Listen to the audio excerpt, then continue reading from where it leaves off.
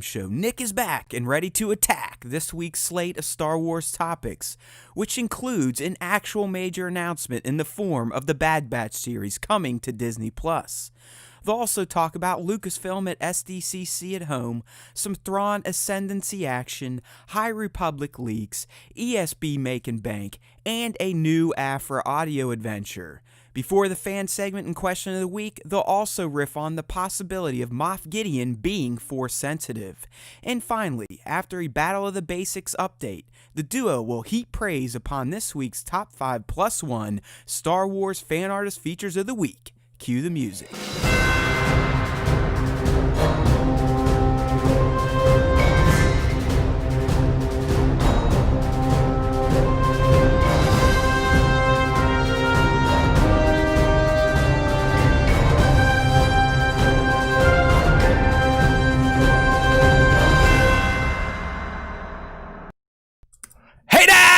Everybody, welcome back to a brand new episode of the Star Wars Time Show, and look who's back. He's over there. I'm pointing the wrong way. I never get that right on camera, but my co-pilot is back. That's right. Chewie has flown back in from, where'd you go? Louisiana?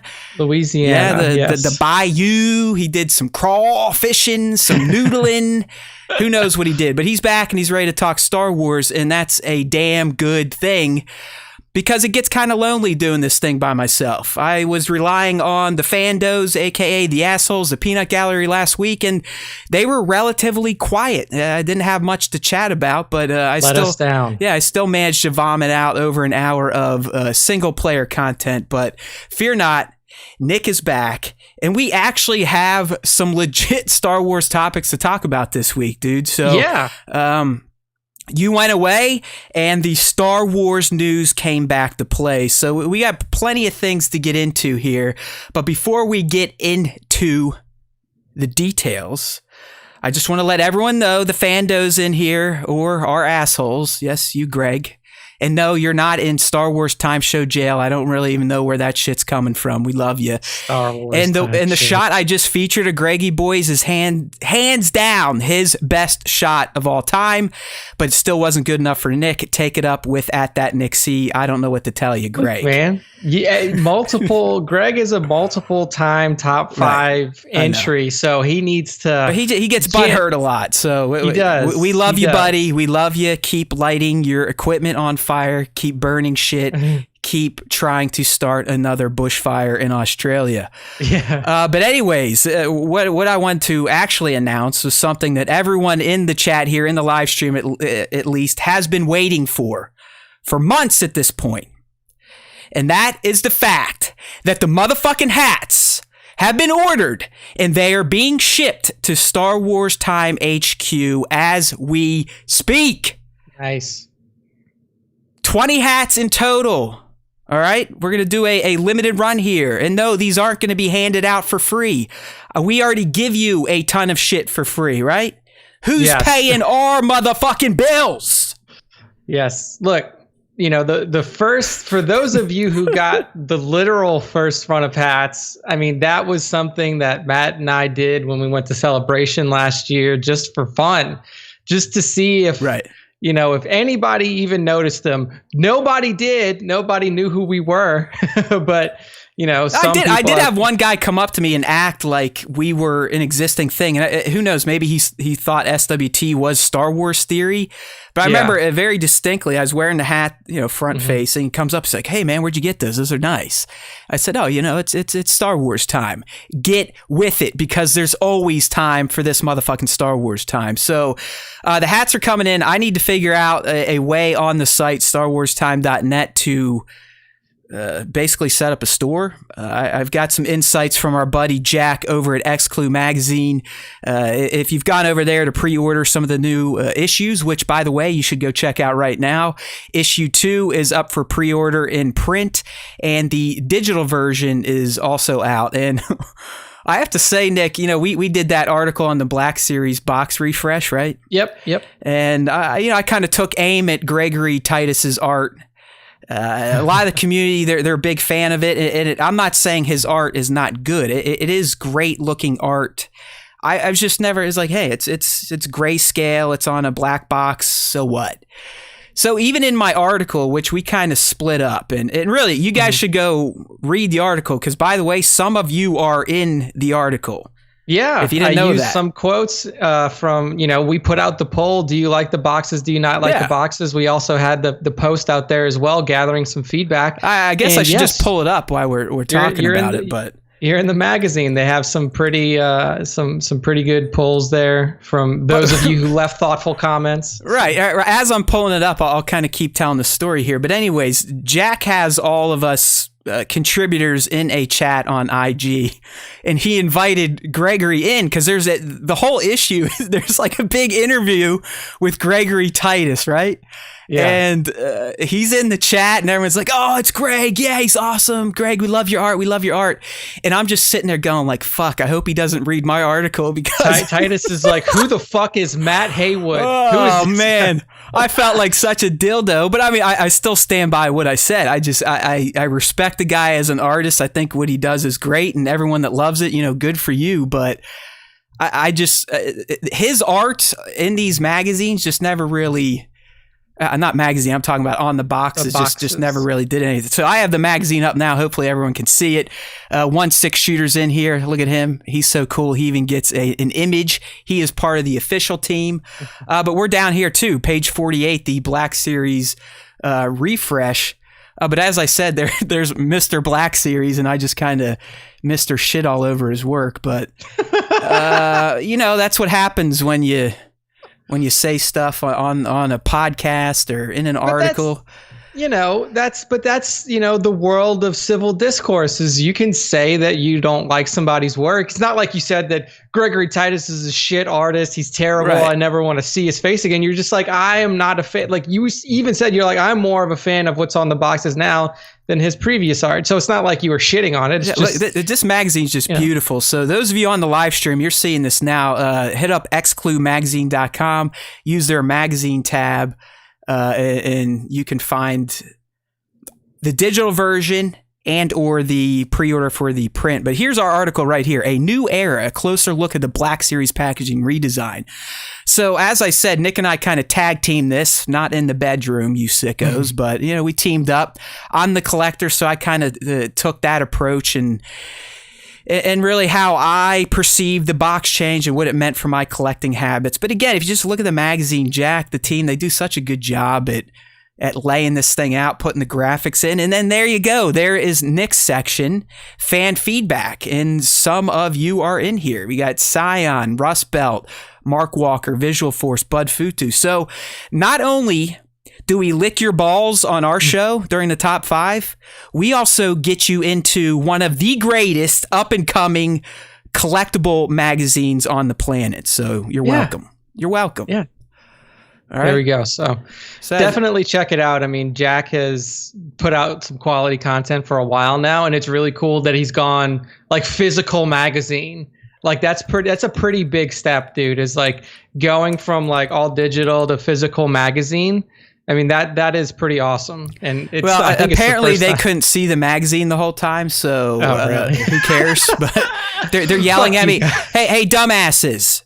As I am trying to deliver a live unscripted podcast looking at a screen, I'm not going to be looking at the chat, all right? So, can't look at the chat the whole time. Also, you don't get everything. This is the Star Wars time show, by the way. I mean, it's not like we would ever have anything pre-planned and working as is. So yeah, this was definitely not on the docket. You know the drill. You know the drill, and this was this kind of an off-the-cuff type of thing, as Bobo would say. This was a ploy to get you all to go to the Exclu Collective and look at the magazine yourself. Can you see it now, you cocksuckers? The little screen, you see it now, you shitheads? There's your fan feedback.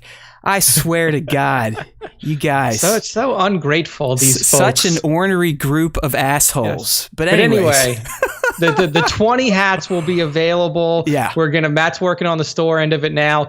And I will say, if the 20 hats for some reason fly off the shelf and they're gone in a day, then we may, now that we have the production arm up and running with Matt's, and Matt's we're good. We're good. My Stitcher She said she's been ready to rock. They're up and operational. And honestly, I think I started this last week, and outside of Nick's dumbass head, she's like, all right, let's go. We can get this done real quick. So we'll see how it goes. I mean, I still got to build in some shit into the website. This isn't just snap your fingers. I also do the website back end and all the fun stuff.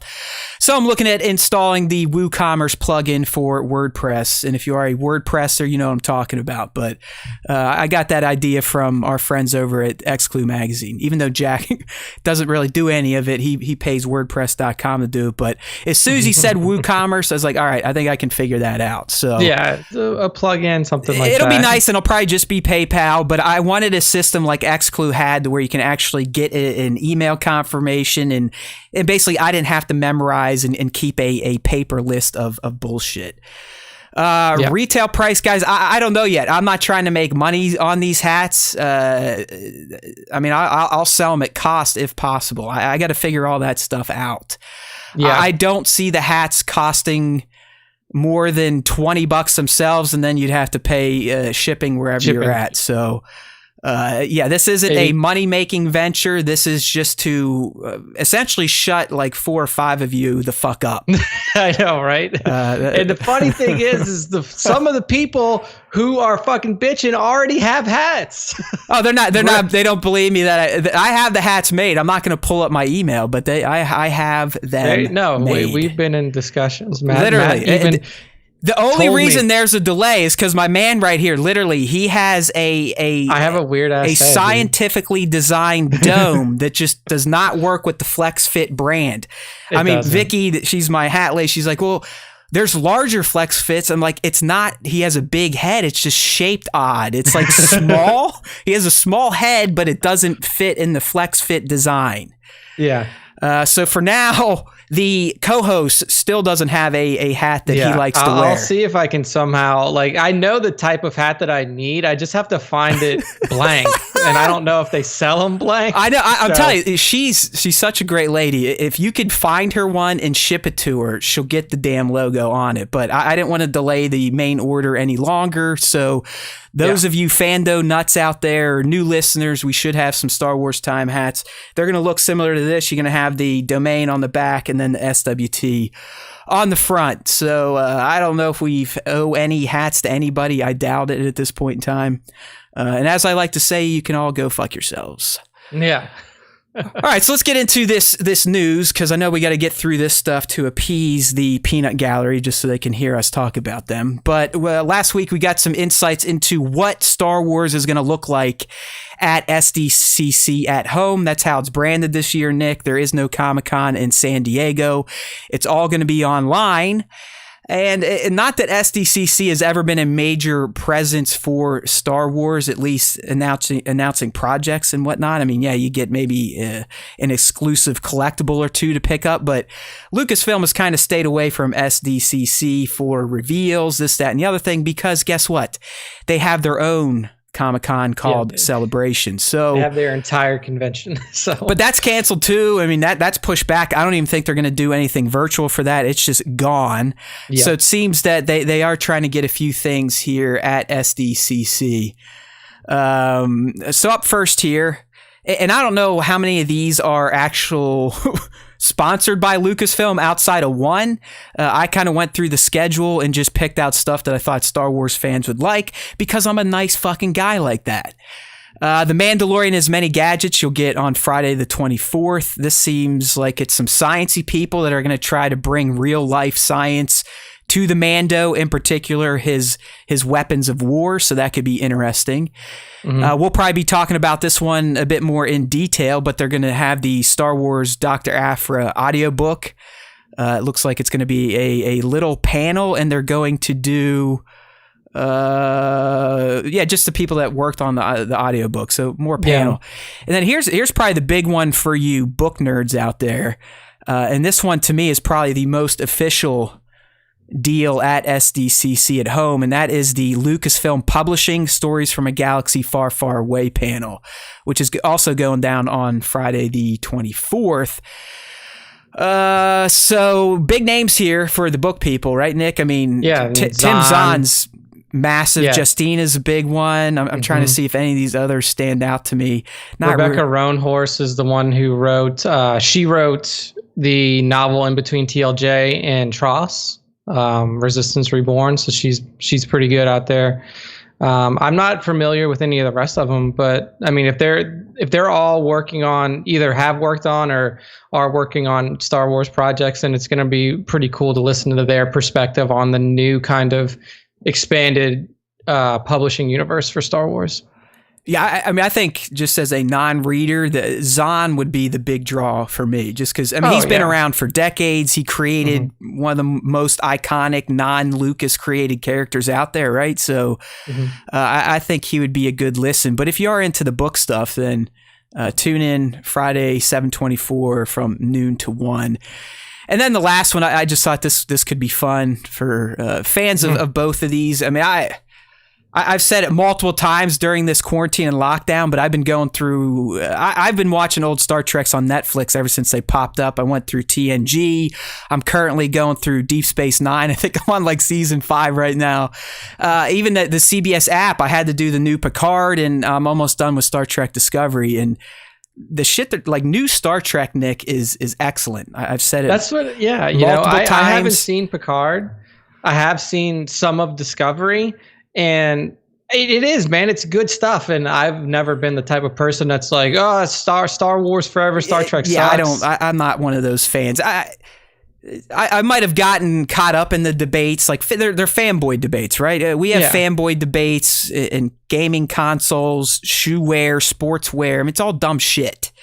I remember the days, I got an Xbox. I got a PS2. It's like, well, who gives a shit? It's like, wow, does it matter? Yeah, but at this point in time, I got them all. And guess what? I'm going to get the PS5. I'm going to get the Xbox, Box One, Xbox Series too. Doesn't matter. All right, I like them all. They give you a little bit of difference. But same thing with Star Trek, Star Wars. They're different, but they're not. But they are, and I don't know. So I just thought this could be fun to really dive into the psychology of a hardcore kind of Star Trekker and a Star Wars fan. Why would you hate a Star Trek fan or vice versa? I don't. I mean, I've always thought Star Trek is slightly just science nerdier, right? Yep. Where Star Wars was more of the fantasy sci-fi, kind of not medieval times, but you get it, it's wizards and more kings. Action oriented, right. And it does kind of rely on those fantasy principles a little bit more of like a battle between good and evil, and you have these magic force users and these laser swords and all this different type of stuff. So, and that's why I think the newer Star Treks like Picard and Discovery, I mean, dude, they would probably be rated R if they were movies. I mean, they got the F words, they've got decapitations, graphic violence. I mean, the new Star Trek has definitely been infused with a little more Star Wars flair, if you will. Mature content. Yeah, man. I mean, I think it would be fun. I'm sure that there will be some fanboy, fangirl debating happening on this panel, because you do have, some special guests that have been on both sides of the coin. So you have Jennifer Miro, who is a voice actor in Star Wars Forces of Destiny, the YouTube series, and it's also on Disney Plus. And then you have Todd Stashwick coming in from some Star Trek Enterprise. So people from both sides of the coin. You also have I like how this new title, pop culture psychologist. I'm not using that as to say it's not a real thing, but that's like an interesting name. Sign me up, dude. I mean, because that sounds like a fun job. Can we do that? Seriously. Can we rebrand our podcast to say that we're both pop culture psychologists? Because I think we can fall within that realm. Trevor brings up a good point in the chat here that Star Trek, there's a little more morality, and I agree. I mean, there are times, especially now, where I'm watching Star Trek going, we as humans could never achieve what these fake humans have achieved. Yeah, I agree. Where you have an Earth where they got rid of, pollution and violence. Everyone comes together. The whole purpose of the Federation is working with, people of different color, different species, aliens, this, that, and the other thing. Like, Star Trek really does have a pie in the sky vision of what us shithead humans could do if we weren't shitheads. But too bad. I think Star Trek, the Star Trek morality play is more focused on like global and interpersonal morality. Right. So It gets away from all this jingoistic nationalism shit. It's like everyone, people are people, regardless if you live on Earth or on this one or that one. So I know now we're getting all tree huggy, but I mean, Star Trek. You look at Star Trek, and there are times it's like, man, I wish I could live in that.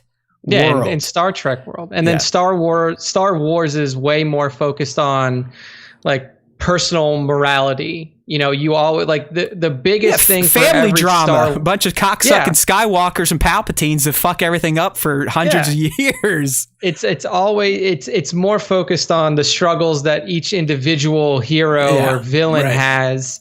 More than how there's no harmony and unity in Star Wars. It's the opposite. I mean, Palpatine, if he showed up in Star Trek land in their galaxy, he would just start nuking every planet. He'd be he would just, you guys let aliens in your forces? There you go. See you later. Death Star beam, eat it. So I thought this would be a fun panel, but that's all you got. At SDCC at home, you got 4 little flavors of Star Wars. There's a bunch of other stuff, but I mean, clearly it's not going to be even remotely as interesting, informative, kind of jazzy as the real SDCC would be. So poop on that. But considering we can't get this shit under control, I would plan on SDCC at home in 2021 as well.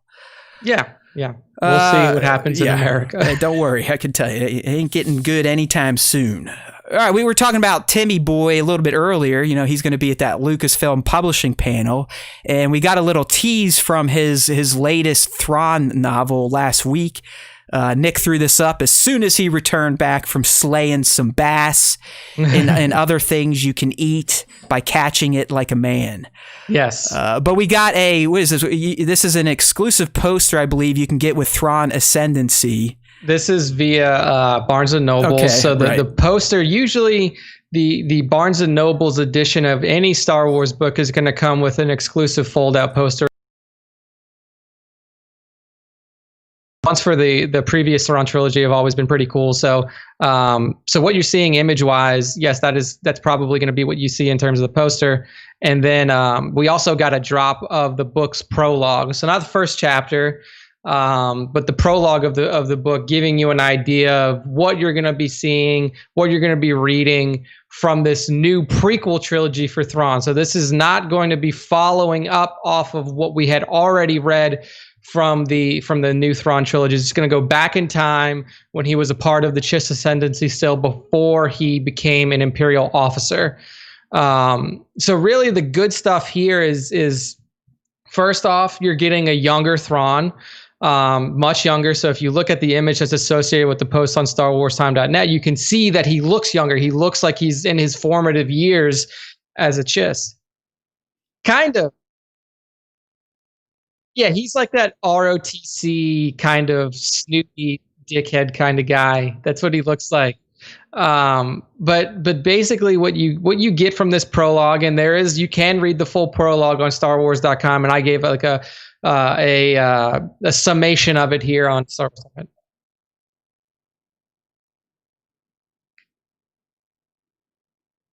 Yeah, I'm ready because it does two things. It gives you Thrawn as a formative adult, so he's not the head honcho of the Chiss expansionary fleet.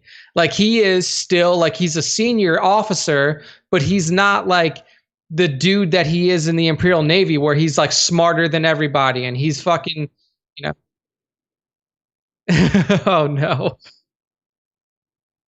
Oh, Matt may be on the out and out, but I will keep you guys in the loop on this Thrawn stuff. So like really you get, so in the prologue you get introduced to the head honcho of the Chiss expansionary fleet. His name is Bakif, and he's the supreme general, and basically he's talking about an attack that just happened on Scylla, the homeworld of the Chiss Ascendancy, and he's talking. Anybody? Then, you guys got me yet? Within this, we have a delay too, so maybe a little bit before Matt can tell if he's up. I think my Audacity's shot too. So Matt's whole system, this whole Mac system. No, I know that this was straight up fat fingering here. I know for a fact. There we go. So, but yeah, I mean, you find out about an attack that happens on the Chiss Ascendancy homeworld of Scylla. Bakif is talking to the royal families of the Ascendancy to try to, assuage their fears and, tell them that, like, look, we dealt with it. We're not going to have to deal with another attack, anytime soon from what we can tell. But as this conversation goes on, Bakif realizes that the purpose of this seemingly stupid attack on the homeworld of the Ascendancy was done to hide something that was done previously. So this is when he, then reaches out to Supreme or Senior Captain Mithron Nudo, or Mithron Nerodo, however you want to say it. He's got a very hard Chiss name to say. So that's when they rope Thrawn in.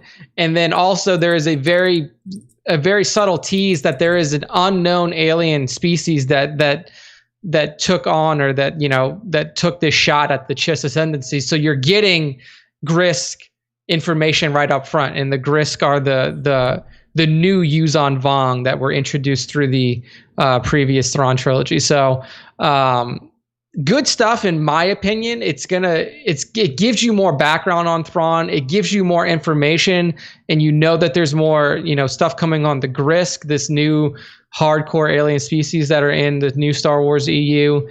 And you get to see the inner workings of the Chiss Ascendancy, which you only really got to see a little bit of in the last Thrawn book, Thrawn Treason, through the interactions that Thrawn had with the Ascendancy through Admiral Aralani and everything else. So good stuff. I'm looking forward to it. They're telling me they can hear me again. I just had to restart my Audacity, so who the fuck knows what the audio only version's going to sound like. But hey, we can't have too many shows without a fuck up. So yeah. Yes. We had an audio. Here we go. Yay. I'm back. Can you guys hear me? Fuck. I love that stuff. But I mean, I'm looking forward to it, Matt. I know that you're a fan of Thrawn primarily through the Rebels TV series, right? So I mean, like, once we get back to, or if we ever get back to a world where you can sit in your car and listen to audiobooks, I think you should jump on these, because there's some solid things in here, some good young Thrawn lore being built. I might do it. Alien stuff. I might do it if you read them to me. I know, that's what you said last time. It's like, maybe I will get sued by Lucasfilm for doing this. I don't even need that. We don't even have to tell them. We'll fire up a Skype or a Zoom at night, and I'll just lay in my bed and get all comfy, and you just read it to me, and I'll look at you reading it to me, real creepy. I'll just tuck Matt in real tight in his bed. It's like, all right, it's story time, little Matt. Where's are you ready? the sound? Now they're saying there's no sound. Oh my God, I give up. God. Really? We don't know. We don't. If there's no sound at all and you can't even hear me, then I don't know what's happening. I don't know if the Peanut Gallery can hear me. Maybe this will be a solo Nick cast just to make up for the solo Matt cast. So we'll hang out here for a little bit and see if we can get some audio back going. If you guys are fucking with us and you really can't hear us, Apollo Ape, you dick. He goes, oh, never mind. All right, whatever. Okay. Don't fuck with us, because that ruins the show for everybody. Yeah, see, I'm fragile here. So for those of you who are out there who are readers, I know that the intern is a reader. He's probably looking forward to this new Thrawn trilogy. I am as well. I'll definitely be picking it up around release date, September 1st. For those of you out there who are novel readers. Well, that was a great fucking segment. Yes. Yeah, it's me kind of. Oh, look, though, the Fando assholes are saying they want story time with Star Wars time. So here we go. Story time with Star Wars time. I may be able to, once the book comes out, we can, and I finish reading it, I can dedicate a portion of the cast. And you have to do a dramatic interpretation of it. Oh yeah, like you throw on your best Thrawn accent, all that stuff. Thrawn's voice is hard. Isn't he? It's just kind of like monotone and serious. It's so stoic, and he's got no emotion in his voice. But it's just like he does. He reads very difficult because you can't really put emotion into him. You know that he's always. I'm still just going back to literally. I tried to reply to Beerman in the chat, and it turned into a 10-minute fuck up of tech and me figuring out what's wrong and you trying to get us through a whole segment. There we go. That's classic. It's like it's so Star Wars time. For those of you, exactly. For those of you who are tuning in for the first time, either on the live stream or on the podcast, welcome. And this is what you can expect. I don't even know what key combination I hit, but I somehow disabled my audio on the live stream and completely fucked it in Audacity. There we go. Maybe some sort of hotkey. So Matt can no longer type in the live stream anymore. Yep. Nick's going to have to start monitoring the chat because I'm too dumb. He may bomb the whole system out. I'm basically typing with crab claws, I guess. Like, anyways, there's your Thrawn stuff. Let's get the hell out of there. I feel like that's a cursed topic at this point. I feel like these next two. So no, we're still with books. Damn it, no. Yeah, Matt talked about the Lucasfilm publishing arm for SDCC at home, and then we have three book articles right in a row. So Thrawn leading right into the High Republic novel summary leak. I mean, I'm gonna be honest here. I like it. You call it a leak. Was it a leak or did Sule actually drop it? I don't think that this was this was on StarWarsLeaks.com. Right. So the full publisher's summary, I don't know if it was a leak, but the thing that Sule dropped about a month ago was the actual first chapter of the book. So Charles Sule had come out and given us via an interview with IGN. He gave us the whole first chapter of the book, which was pretty good. It gave you an idea of what sets off this basically this global panic or this galaxy-wide panic that's happening that the great disaster, right?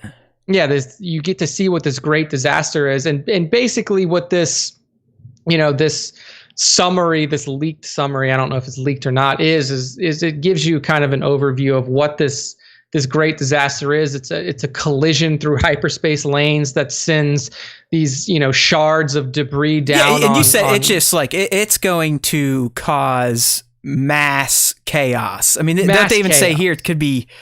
I did read it. I mean, it was something like billions of lives. Yeah, billions dead. But then if you keep reading it, it seems someone or something did this on purpose. Have you ever seen Starship Troopers, the movie? Yeah. Do you remember in the beginning of that movie? How dare you ask me that question? I know you did, but I just wanted to put it out there. Rico! The thing in the beginning of the movie that kicks off everything is that the bugs throw a fucking like a poop ball. An asteroid down on Earth from Klendathu. That's their home planet. Yeah. And that's basically what is going to be happening here, is that whoever is out in the unknown regions or the unexplored regions of space during this time threw something through a hyperspace lane, an explored hyperspace lane that was supposed to be safe, that blows up this ship, and then you get these shards that are starting, these shards of debris that are starting to come towards populated planets. Right, you said it's just like all these shards are essentially leaking out of the hyperspace lane, hurtling through whatever is there. It could be planets, it could be other asteroids. Maybe you're getting like a domino effect going with hitting a chain reaction that way. So exactly, and the Jedi have to jump into action to save as many people, as many planets as possible. But they also realize, and that's what this summary says, is that they realize that, hey, this wasn't just some accident. This wasn't just some random occurrence that happened in this hyperspace lane. There was something out in the unknown regions that directed this calamity, this collision to happen, and that is going to spark the exploration into the unknown regions of space through for this group of Jedi that we were introduced. I'm telling you, man, even on that summer you did, and this does interest me. It's just in the wrong media type. You know what I mean? I know. It's like you said. I mean, it had a Firefly feel to it. You got the the Wild West in space. You got this ominous force of bad guys lobbing shit at the good guys. There's a lot of potential here. I know I'm gonna let myself down on this one. It's not gonna happen. It needs to be. I really do hope that there is success, and I know that there are just haters. Just out make there a fucking movie of it, please. Yeah, come on. if I will say that if this era of publishing is successful, we may get some sort of, visual content, whether it be movies or TV shows. So if you're a reader, go out, buy these books, show support for this new era of Star Wars. And even if you're not a reader, if you're just a Star Wars fan and you only read one book a year, let this be your one book. I think that this is well worth it. Or just be like me and buy the books and just let them sit there and collect dust and take up space that you could actually be placing awesome looking action figures on. But no, you pretend you're going to read these books. So yeah, just spend the money and just have a nice paperweight. Right. So you are right. I don't know, man. I think this one has a ton of potential. Just comes down to the dummy factor with me and spending time to read. And I know I play it up that I'm a moron and don't like reading. Actually, I do not mind the art of reading, especially a novel like this. It's just the time commitment is ridiculous. It just no way. It's at the point now. Two parents locked down with a 4-year-old that's not going to daycare. That I have no time. I hardly even do toy photography anymore. I get my gaming in when I can, which is driving me nuts because The Last of Us 2 could be one of the greatest, if not the greatest fucking video game story I've ever experienced. No spoilers, you dicks. I don't know how far Nick is, but you know what I mean? It's just there's not a lot of time these days. I'm not bitching. I'm working. It's great. I don't care that I can't get a haircut. It doesn't matter. I don't have hair anyways. Exactly. That's the best part about being bald. But I don't feel like I have free time, which is odd because I'm home all the time. I just don't. Yeah. Because Nick knows how it is. It's like, hey, Nick, let's try to do it now because Heather has a break so she can take Charlie and entertain her for a few hours. I mean, that's just the life. I'm sure people listening that, dual working parents, little kids at home, you get it. So, wah, I know, big wah for Matt. Wah. I don't have time for books. If I can't play my games or if I can't watch movies when I want to, I'm not going to supplement that time with a novel. So, yeah, that's why we got Nick to do story time with Star Wars Time. He's signed up. He takes donations. We'll get his Patreon up and running. Pay the man. Yeah. Pay the man. We'll keep it on the down low too. I don't want any Lucasfilm or Lucas Books lawsuits coming my way. But hey, I mean, for those of you who don't have time to read. The chat's the best. Words and shit. F that. These are my type of people in here. Thanks, Nico. That's exactly how I feel. There you go. And words, the letter N, shit, F that. That's perfect. Yeah. And that's about how I feel. That is a perfect representation. So for those of you who hate words and shit and who can't read physical words on a page, there is a possibility that you can still get your fix for the Star Wars Expanded Universe novels through this brand new initiative, this brand new Dr. Aphra Audiobook original. Yes, you heard it here. Audiobook only. Really? So that's the big push here. This is audio only. This is not going to be some sort of novel that you have to pick up and turn pages and look at words and read, and then your brain hurts because you're looking at words. This is something that goes right into your ears. You forgot and shit. And shit. Yeah, words and shit words like and that. Shit. And you can just listen to somebody read it to you. So this brand new Dr. Aphra audiobook is going to take place after her reintroduction into canon via the Marvel Darth Vader comic series. So the one that's been on hiatus since March? Yeah, since you started reading it in March. And basically, this is going to be a fully voice acted book. You're going to have multiple people who are doing the voices. So you have Emily Wu Zeller, who's going to be on that panel. So this is going to be like an old school radio drama then. Yeah, right? it is. If you like dudes in the studio like clapping their hands like they're a horse, like clippity clop, clippity clop. Oh, dude, clippity clop. You have sound effects. You have multiple voice actors. If you listen right now on StarWars.com, there is a clip of this audiobook. It's about 7 minutes long, but you can hear there's like sound effects. You can hear like lasers shooting in the background. Is it people going pew pew or like an actual soundboard? Oh no, it's an actual soundboard. Okay. It sounds like legit Star Wars space battles happening in the background.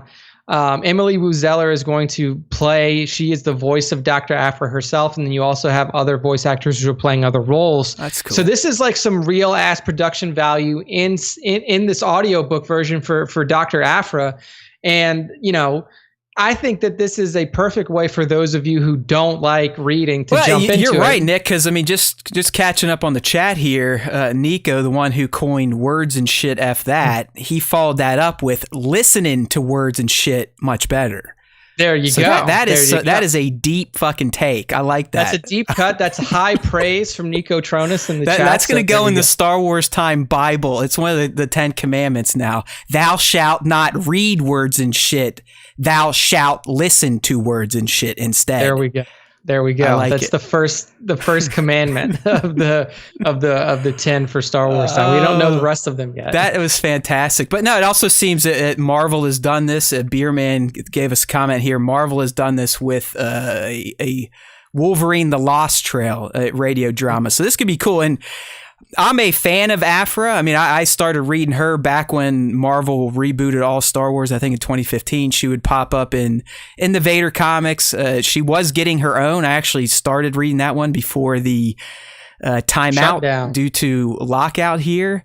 But she's a neat character because she starts on the dark side. I mean, literally, she works for Vader. I mean, she's got 2 fucked up droids with her in 000 and BT.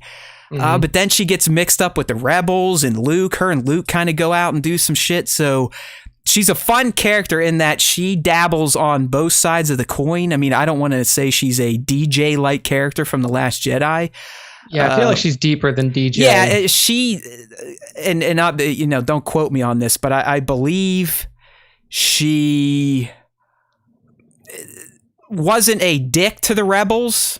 It's almost like she's a freedom, not a freedom, a merc, like mercenary. Right. She goes where she's not really a bounty hunter, but she's like goes where the money is. Or if they can help progress whatever her mission is, she'll work with those people. But I just know Luke kind of liked her a bit. Not okay. I don't know if we're talking like in out type of like, but he didn't think she was a shithead.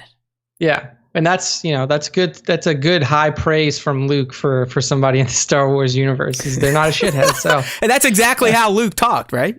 Yeah. At least the Last Jedi Luke definitely would have been like, "Yo, you're a shithead." Yeah, like he saw Rey and he's like, "I think you're a shithead." So I don't want to get involved. It's funny. Like it's so interesting to watch my kid grow now. I mean, she's been watching Star Wars since 2 by her own choice. Like, I want to watch Star Wars. Watch them all. And when they're little, it's just like images hitting their brain. They don't really quite understand what the fuck's going on. But now at 4, she's seen them all so many times, she is starting to ask more questions. And when she asked to watch TLJ, that was, I think, the week before you left, Nick, the July 4th week. We had Camp Haywood out. It was real fun, a big screen. But we're watching it, and she just started going like, "Dad, I don't really like angry Luke." And I said, "You know what, Charlie? There's a lot of people that listen to your dad's dumb show that would agree with you." And I do too. I mean, Luke really is a cock up until the moment on the ship where R2 calls him on being a cock. And then he softens a little bit, but he is such a dick face. Yeah. Until that moment with R2 calling him out. He's just... That definitely is as anti-Luke as it gets, but we're not going to get sucked down the old TLJ shit on it rabbit hole today. But it was funny just hearing my kid, put 2 and 2 together. Like, hey, that's a different type of Luke, huh? Yeah. This is not what I'm used to out of Luke Skywalker. And then speaking of, TLJ and sequel trilogy stuff, the piece of the audiobook that we get from StarWars.com does include Aphra tangling, not really fighting, but she is in an interesting position with Maz Kanata from the sequel trilogy. So one of the most infamous pirates in the Star Wars galaxy at that time. So go give it a listen. It's like 7 minutes of the audiobook that are out there right now for you to listen to on StarWars.com. And this is a good way for those of you who don't want to read words and shit to listen to words and shit, as Nico has. And by the way, if you're listening to this right now, do not leave our podcast to go listen to that. Finish the fucking show, then go listen to it. Wait it out. I have the link to it in the StarWarsTime.net post on there about the Dr. Aphra audiobook, so you can find it there. We give you everything you need in link form. There we go. And that brings us to the end of the Lucasfilm publishing arm of our podcast. Fucking pay us. Like, where are these PR people at? Jeez, I never thought I'd talk about that many words and shit. Yeah, I know. That's too many words and shit for okay, this so, podcast. Nick, I know you don't follow along with the fandos here because they get distracting, but earlier in the cast, there was I think Tones kicked off this thread, but they're talking about going to see Empire Strikes Back. Look at that. We mentioned this a few weeks ago that Disney had opened this to theater chains around the globe, it seems, if they wanted to run it to entice people to come back in the theaters and die. And it seems some people are taking advantage of it. I know Tones, I think he's heading out this weekend to check it out over there in the UK. I believe our boy Bossajan checked it out in Australia, or actually TFA, I think, is the one he saw. And TFA was one on the release schedule as well, because Disney released a lot of movies. Oh yeah, not just Star Wars stuff, Marvel, this, that, and the other thing. And I know by me, some drive-ins are screening twofers of Star Wars mixed with another film. That's the way to do it, is the drive-in. Yeah, I would feel safe right now doing the drive-in thing. Theaters, fuck no, dude. I mean, I'll tell a little story last week. After this show, okay, so last Tuesday, wife and I are talking. I mean, we've been as hardcore as you can be about this virus. Like, we're intelligent. We're treating it the right way. We don't have to do risky shit, so we don't do risky shit. But in that same light, I'm starting to feel bad for my 4-year-old, who literally since March has not really interacted with another little person. Yeah. So, we had friends swing over on the weekend. They're very locked down. I trust them, mask, distance, all that shit. So Tuesday comes around, that we got a bunch of little kids in the neighborhood. I'm like, you know what? Maybe we should slowly reintroduce the kids to the neighborhood kids. Just still social distance playing, but let her hang out with other little people. So they go out, do it. Mom supervises. It's good to go. I come down here and record the show, right? Okay. Solo show, kind of a drag to get through it, but we did it. Some people said they had fun. I think they're all liars. I go back upstairs looking to reconnect with the ladies, move on with the day. And what do I walk outside to? A fucking 9-kid pool party in my tiny ass 14-foot hillbilly blue pool. Oh my God. Okay? And we're talking from a guy that is immunocompromised, takes this shit seriously, and discussed with his wife, let's just open it up a little bit, slow baby steps. Yeah, three kids. It goes from hanging outside with 2 other little kids for a couple minutes to a fucking pool party in a pool of 9 kids where there is no distancing. They're literally on top of each other, jumping around. The pool looks like it's going to fall apart. I walk out, I text my wife and basically say, what the fuck type of brain damage do you have? Like, how do we go from baby steps to a fucking party in the backyard? So I immediately I'm like, fuck you guys. I'm self-isolating. I will be in the basement for the next 14 days. Don't bother me, blah, blah, blah. So that's how my week went after the show. And I stuck to it. I was wearing a fucking mask in my house, really letting them know, like, you what the fuck's wrong with you people, okay? Yeah, I mean, so here's the best part. Here's the best part. I'm still trying to self-isolate. Thursday, Heather comes in yelling. I'm like, okay, what's going on here? They're playing Charlie put Heather's tooth through her lip. Oh, so now Heather has to go to basically AIDS Central, like an urgent care or an ER. Oh. I no longer can be in my quarantine because she has to leave and she's not taking the kid. So all that gets blown up. Here we are a week later. I'm still alive. I'm not dead yet. My throat's all fucked up. Who knows? But it was a cracked out time.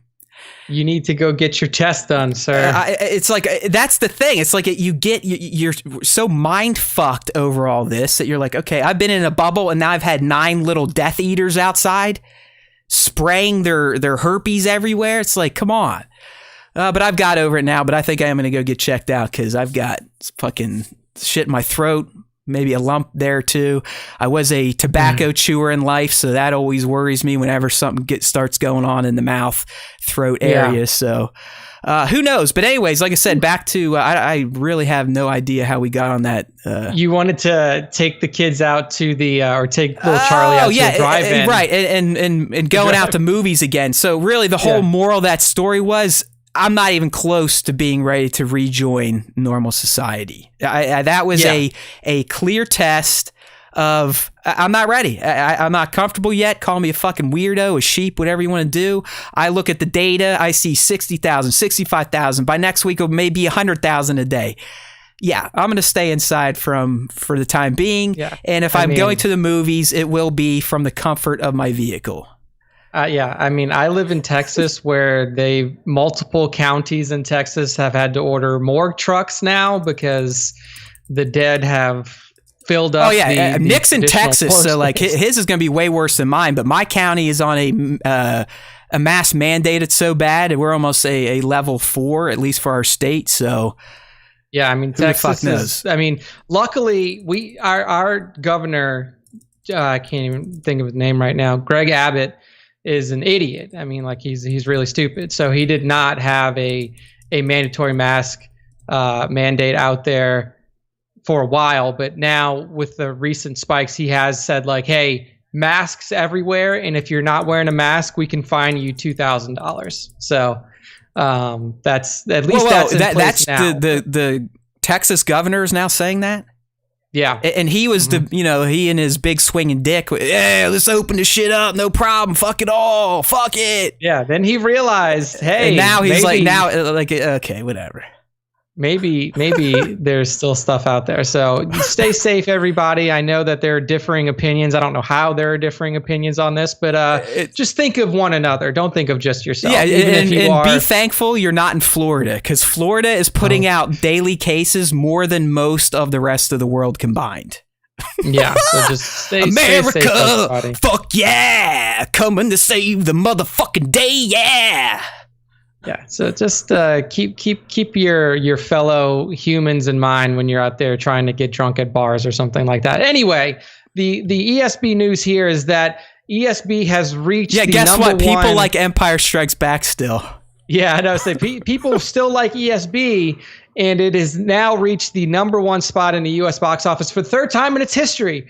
3rd time in 40 years. So you had the initial release where it was number 1 in the box office. You had the re-release in box offices in 1997 for the special edition where it was number 1. And now you have it in the COVID era where it is now the number 1 grossing movie in all of the United States. For some of you out there, you're like, oh my God, that's so much money. Disney's fucking raking it in. The likely gross for the 3-day weekend for ESB is about $500,000. It was released across 483 locations in the U.S., and it's going to get about $500,000. Now, for a normal, for a Star Wars release film, the opening weekend of it, you could easily imagine $150 million opening. So that just goes to show you what type of, movie attendance you have now in theaters. Very little. It's a bummer, man. Like don't get me wrong. I'm not. I loved going to the cinema. It was a weekly hobby of mine. It was just like doing this podcast. It was no different. We record on Tuesday. I would be at a new release or a movie I haven't seen Thursday night. Hands down, A-list, Stubs, this, that, and the other thing at AMC. It was the best, but I don't know how theaters are going to survive. I mean, there's no movies coming out. They keep getting pushed back. No one's going to fucking go to these movies but the people that like playing Russian roulette. It sucks. We're probably going to lose theater chains as they exist today. Probably will not exist within a year or two. They didn't adjust. I mean, like, it's hard to adjust to something like this quickly, but like the best thing that they could have done is you needed to immediately pivot to a streaming service of some sort. But even then, it's like, I get it. I like, it's nice to be able to watch a new movie from home, but someone that is an audio and video file, unless you're a rich motherfucker, you're not recreating that AMC Dolby screen experience. It's just, that's what I miss the most. Fuck people. I fucking hate people. I hate them more than ever. So there's nothing like going out. I would go by myself anyways. It was the big ass screen, the sound, the recliners, the subwoofers in your seat, so you're getting shit blown up your ass when you're watching these movies. I'm going to miss all that. I mean, I love getting stuff at home. It's great, especially for the kids' movies. Like, all right, Trolls World Tour, let's do it. Scoob, let's do it. But I don't want a fucking Star Wars movie delivered to me brand new at home. I don't think that we're ever going to lose the cinema experience around the world. I will say that, I mean, here is a number that is probably not surprising for those of you who don't know it. In the United States alone, we have 50 states. There's over 4,000 movie theaters. So you got to figure that that's what, 80 movie theaters 80 plus movie theaters per state. You can expect some closures is what I'll say. It's like, you're never like, Regal is not going to fold in its entirety. I don't think AMC will fold in its entirety. Someone will buy them. I mean, when they were talking about AMC, at least Amazon was being talked about as buying all this shit. I thought Amazon bought them. I did too. That you never know. I mean, then the AMC guy came out, I was like, oh, you've been reading, we don't have money, we got money. It's like, who the fuck knows what's going on anymore? Yeah, I mean, I don't know. Let's blow this fucking world up at this point. Honestly, let's just all blow it up. Yeah, so Palpatine, send in the Sith fleet. Yeah, bring in the fleet, nuke this place, let us restart. But I mean, I will say that, you know, I was a Regal Unlimited subscriber. I think that they have now reactivated it since movie theaters are opening around the country. But They did not charge us. They basically said that we're starting it again. You'll get July free, and then they'll reassess when August comes around based off of what the state of the country looks like. So I'm still not getting charged, but you know, they're doing their test there. Yeah. I mean, we're definitely not in a position where we want to go back to movie theaters yet. I think most people aren't, but apparently enough to open up 483 locations around the country and make $500,000 for a 40-year-old movie. So impressive for ESB, but still not time for us to go back to the theater yet. Yeah, no, so I'm good. I'll let some of you other warriors like those boneheads go into Disney this weekend. Like let those people do it for you. Did everyone, or I guess at least Nick, did you first see Disney's ad to welcome people back where, you know, they're singing or wearing masks like, oh, welcome, blah, blah, blah. Well, the internet, right? Someone took it, added the Shining music to it. And then anytime like a person would come on and say something, they just dubbed in like, stay away. Don't come here. Keep yourself safe. We're all gonna die. It was so perfect, like having that eerie music behind all these people with their masks on, pretending that they're excited to have Disney opened again. So I mean, it's, to me, like I just don't understand how people, like, you have to be one of the COVID deniers to go. Like you that's, in my opinion. It's not, dude. No, I don't think it's that. People are fucking dumb. I think Spencer brought it up here. I'm not calling him dumb, but it's how humans are. It's like, well, I don't know anyone that has it directly, so fuck it. Yeah, I mean, like I do know people who've had it directly. My mom, one of my mom's friends that she taught with for years, died from it. So, I mean, like and then, you know, one of my friends here in Austin, her grandmother died from it as well. So, I mean, like, I know people who have had it, and I know people who have died from it. But it's just like, yeah, just because you don't know somebody who's got it definitely makes it a little bit less of a threat for you. But like, if you're going out in the public and you're going to a place like Disney where there's going to be thousands of people there, like somebody that you are in close proximity to there either knows somebody who has it or has it themselves. I mean, dude, our numbers are to the point now, and this was just last week, and I will get off of this because I hate talking about this shit, but just last week when we were at whatever numbers, America now has a ratio of every 1 in 110 citizen has the disease now. It's not great. Let's go to Disney. Yeah. That's not great. So, I mean, just again, like, as somebody who is a literal Disney Vacation Club member, like, Disney's his life. Like, Nick, you know, a lot of us, we go to the beach every year. Nick goes to fucking Disney every year. I mean, I love me and my family love it. Like we have, my brother's a season pass holder. We're all Disney Vacation Club members. Like, so it's not like I don't want to go, and it's not like I don't like Disney. I love Disney. It's just like right now is not the time to do it. They showed, like, you've seen pictures, you've seen videos from it where, like, people are not social distancing on the rides. There's, they have. Dude, just watch the video. As soon as they open the stores, all the retail stores are like, oh, you got to social distance. People are like, blah, blah, blah, blah, yeah, like all on top of each other. So it's just like and it's not like there's no way to enforce it in an open environment like that. Like you don't have enough staff members that work at Disney. You can, just not in America. Yeah, you can't. Look, I guarantee you, in Disney Hong Kong, they're probably going around prodding motherfuckers if they're too close, right? Yeah, like commies can do whatever they want, or people that believe in government can kind of get their citizens to buy in. But over here, clearly, there's a lot of boogeymans.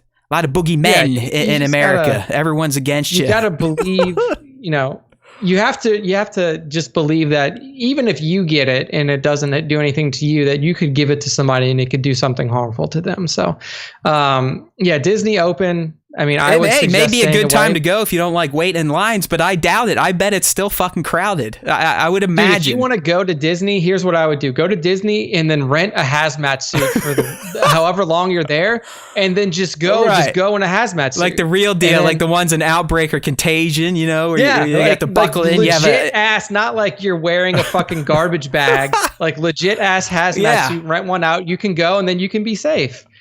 So, but yeah, that's out there. So ESP.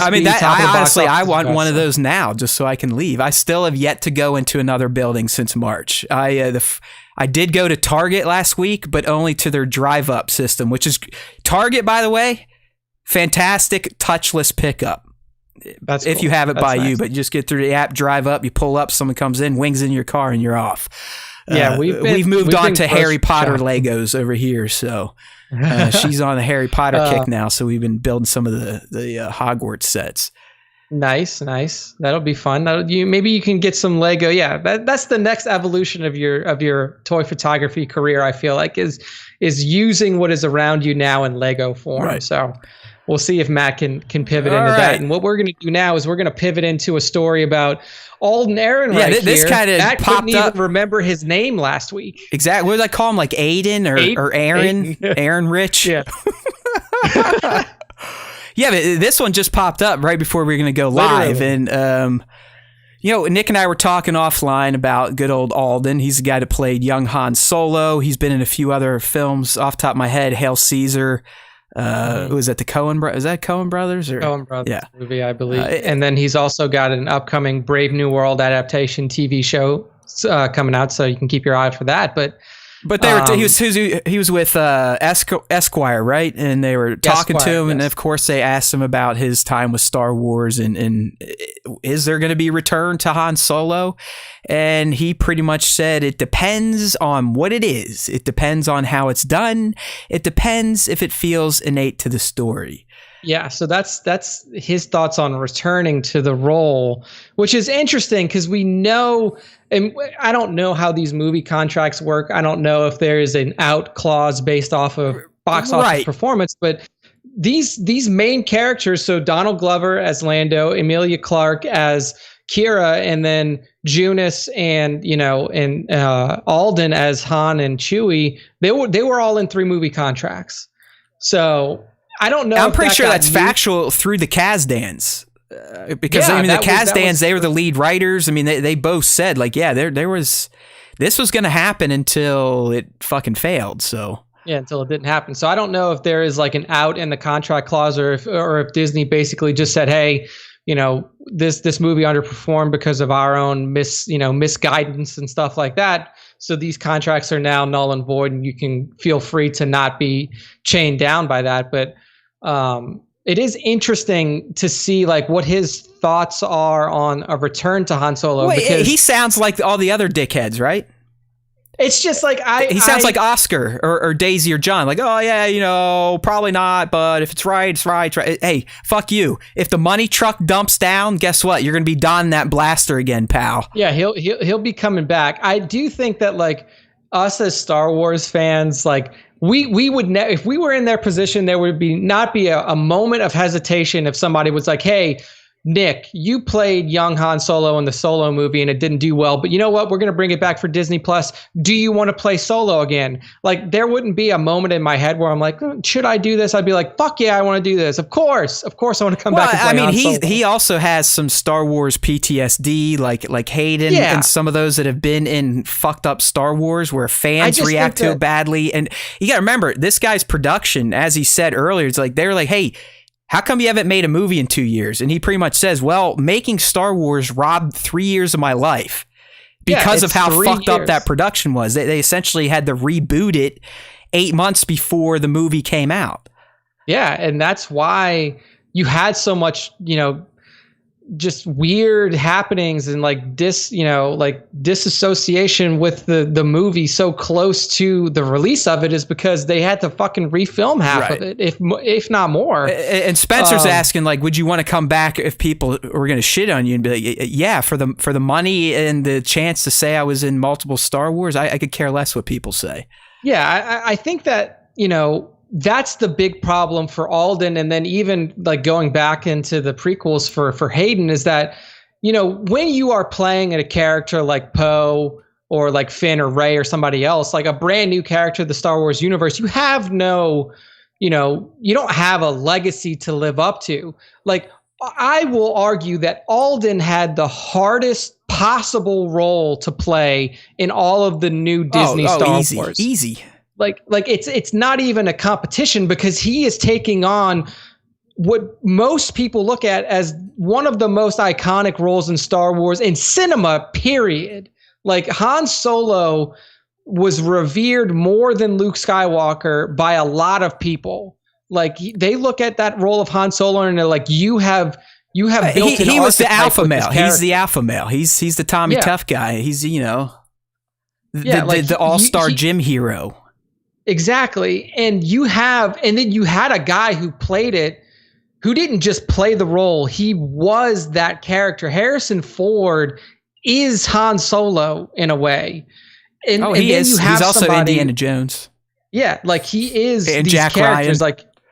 Like he embodies them. And then you have this kid who has, I don't want to say limited acting experience, because he had acting experience. He played stage roles and stuff like that too. But like, you had this guy who's coming into it and you're like, dude, you don't realize what you're doing right now. Like, just like Hayden, like, it's like, Hayden, do you realize that you're not just playing any role here? You're not playing Poe or Finn. You are everything. You are playing Anakin Skywalker. Literally the entire reason and onus that this fucking Star Wars experiment exists. Like, for Hayden, it was an impossible role to play. And I think for Alden, it was similar. Like, you are playing the iconic character of Han Solo, and there is a high possibility that no matter what you do, you could play it perfectly. Oh yeah, you're not going to please everybody. Yeah, like, people are going to hate you. They're not going to hate your performance. They're going to hate you personally. And that's one thing that is really fucking hard to deal with as not as an actor. Well, he's a human. As a human being. He's a human too. Yeah, like, as a human being, to know that people like want to fucking throw bricks through your window or like sending you death threats because of a role you played. Thank God like, for that's social hard media. to deal with. Social media has just made the world such a better place and has made humans even better themselves. I mean, it really is the greatest thing ever. Like, even going, like, this doesn't just extend to like Star Wars and like high profile stuff. Like, if people follow the video game world, like the girl who voice acted Abby in The Last of Us 2, who I'm a huge fan of, Laura Bailey, is an amazing voice actress. And she only voice acted her. She's not even the body double. Yeah, she did some of the body stuff, but not most of it. There were pieces, like, she got multiple death threats through social media just for playing a character. She didn't even do anything. Like, Abby wasn't even a character in The Last of Us 1. This is a brand new ass character who had nothing to do with the story until Last of Us 2. There were people literally sending her death threats. I mean, it's insane. People online are crazy. Yes. And that's what these people have to deal with. And I'm not saying like, woe is them, they make millions of dollars, but it's just like, you can understand why somebody like Alden would be hesitant to come back after all of the shit that he got for playing, for, in my opinion, for doing a very good job playing a young Han Solo. He did fine. I think him and Chewie sold it. The prison scene, that was a great moment there. It was funny. Dude, that was great. I love that. Harrison worked with him, gave him kind of the stamp of approval. Who knows how much of that was Disney greasing, or if Harrison honestly wanted to try and help him out or whatever. But I had no problem with Alden, no problem with Solo. It doesn't sound like a sequel is in the works in terms of a movie. At least that's what he said, or he's playing dumb. But as Nick kind of hinted here, Alden did say, I've heard some stuff, but nothing concrete. So hopefully that some stuff is something in the form of a continuation on Disney Plus. I don't think there's Solo as a movie. It's not going to happen. I mean, it's like a rotten egg to Bob Iger and the Disney brass. Not that Bob's even there anymore, but I still think he influences all of them because he is the emperor. Yeah, but no, it definitely would. We're not going to get a movie, but Disney Plus would be a great home for that, and we've talked about that in the past. So yeah, we talked about it last. Hopefully, that some stuff is actually something, and not Alden just having something stuck in his throat.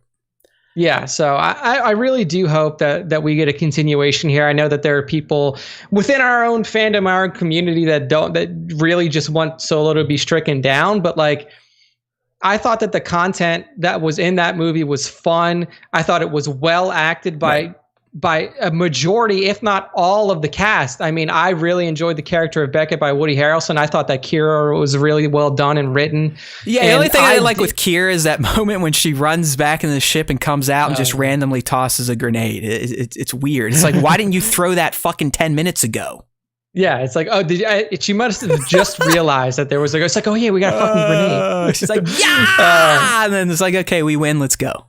And dude, I know that there are people out there who hate the character of Leet because they don't like, female empowerment and all the stuff that was built around her character. She was funny. I thought Leet was fucking fun. She was funny. I thought she was a really cool character. Yeah, it was funny, and I like that she is the Falcon's nav computer now. The nav computer. So that was really cool. So I'm down for more Solo content from the question of the week last week, which I wasn't here for Matt to read the responses to. It sounds like everybody else is down to. That was a good question, by the way, because I think we had at least 60 plus comments and 10 to 15 story replies. So you definitely got people worked up, and it was a resounding yes, we want more Solo, but I think it was more towards the Disney Plus side of things. So yeah, and I can understand that too. I mean, I can definitely see. I think a lot of us now, especially in the quarantine mindset, quarantine mode, we're like, give us long form television content. Like, I would rather 10 hours of Solo than, an hour and 45 minutes of Solo on a big screen. Any day. Yeah. I mean, Mandalorian has proven that Star Wars is a great franchise for episodic storytelling that at the same time builds a world within an existing world, if that makes sense. Yeah. And Solo would do just that. We have some of the narrative threads they could run with. Let's get the first introduction of Jabba and his favorite smuggler. Let's see him become the top smuggler. Let's see the spice dump. Let's see Maul and Kira. Let's see the fallout of Kira and Solo.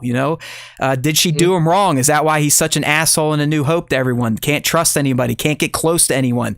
There's a reason Han is who he is in A New Hope versus the Han we see in Solo, and then the Han we ultimately get by, The Rise of Skywalker. Someone willing to be channeled back to tip his son back over to the light. So, Disney Plus, slow burn it. Build a world within a world, expand upon concepts we've only heard about in passing dialogue. That's the type of shit I like. I mean, the fact that they made a full movie based on the opening sentence of Star Wars' Crawl. That's what I like. That's that's peeling shit back. That's giving us super fans a little bit deeper dive into the property versus what you just get in the mega movies. So. So I'll since I wasn't here to give my take on the Solo question last week, here's what I would want. I would want 2 interwoven series. I would want one called Crimson Dawn. Yeah. That focuses specifically on Kira and the Shadow Collective through Maul. I like that. And then I would want one that is focused on like you could call it Smuggler's Run or something like that, where it is focused on Han and Chewie, Star maybe even Wars sprinkling in some Lando. scoundrels. Yeah, like scoundrels. And then you have those two series that are running concurrently, and then obviously they're gonna loop back in together at some point. They're going to intermingle again. I think that would be the perfect way to do it, because you have so much content that you could focus on now that you know that Kira is really involved in the Crimson Dawn side I'm popping of things. a chub just thinking about the Crimson Dawn series. I mean, come on. Yeah, you're dude. talking about my number 2 at this point. I mean, Maul would be a lead on that series. He would have to be a lead on that series. Exactly. And I'm sure Ray Park would love to take the work, and I'm sure Homeboy would love to voice it. Sam. So, yeah, Sam speaking of Sam, I actually, me and the little one threw up the Force Unleashed this week. Because she's like, I want to play one of the Star Wars games. Like, well, I'm not fucking putting on the Lego game, because when you play, we go nowhere. Like, because there's still that digital tether to where if she's off running into a wall nonstop, I can't proceed.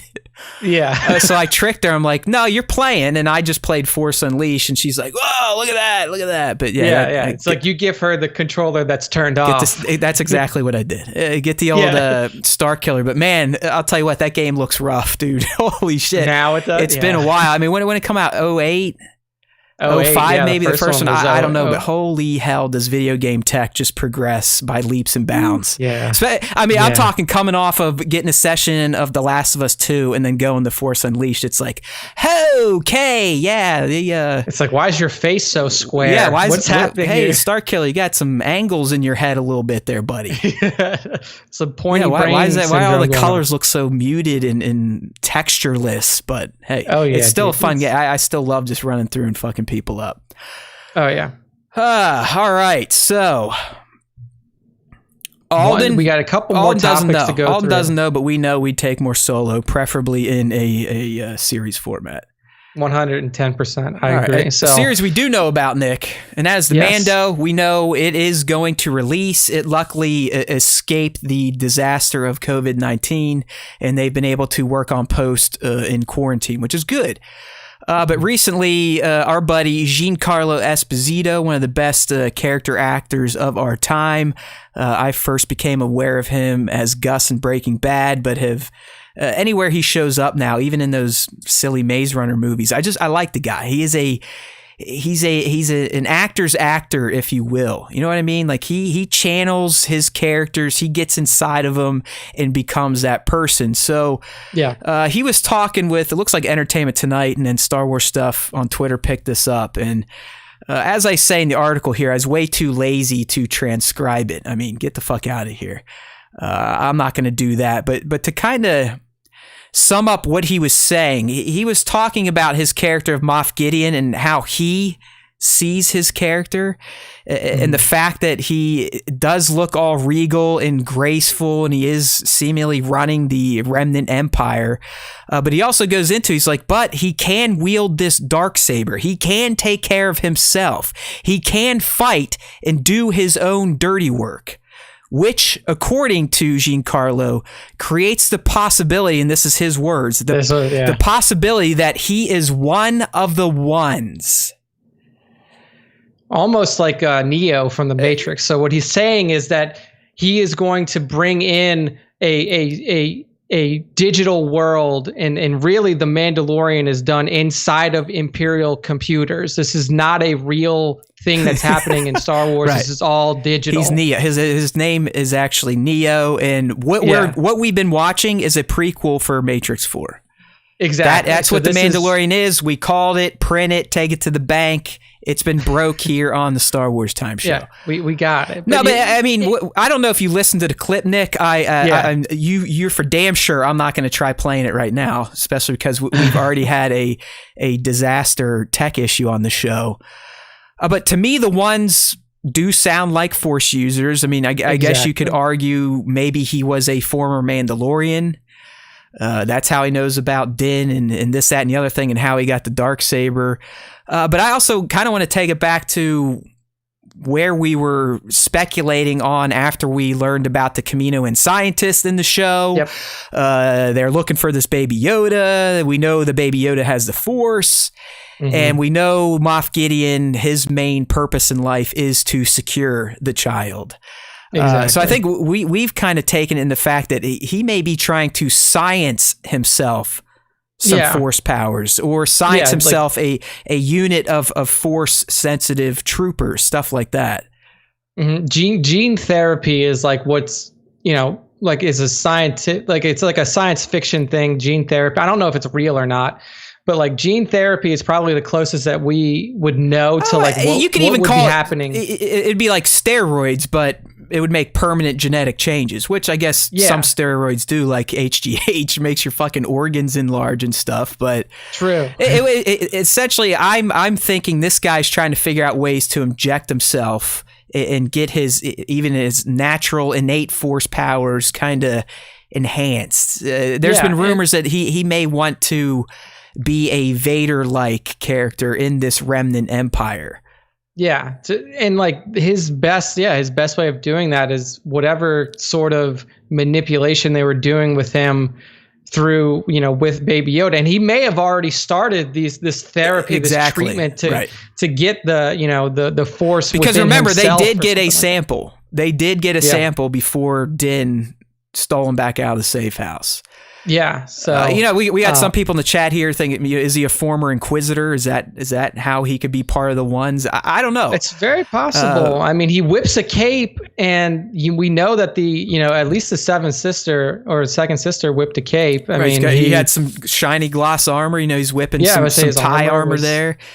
He does have that, like he says, this very regal look to him, but don't let that look fool you. I think that's what Esposito was trying to get across. Like, hey, listen.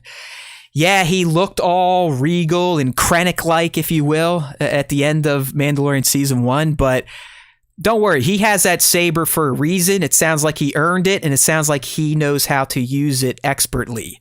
He can fight and do his own dirty work. So I think what Giancarlo was essentially saying is like, listen, this isn't just a Krennic that found a nice toy that one of his minions got for him. This weapon of power, this Darksaber.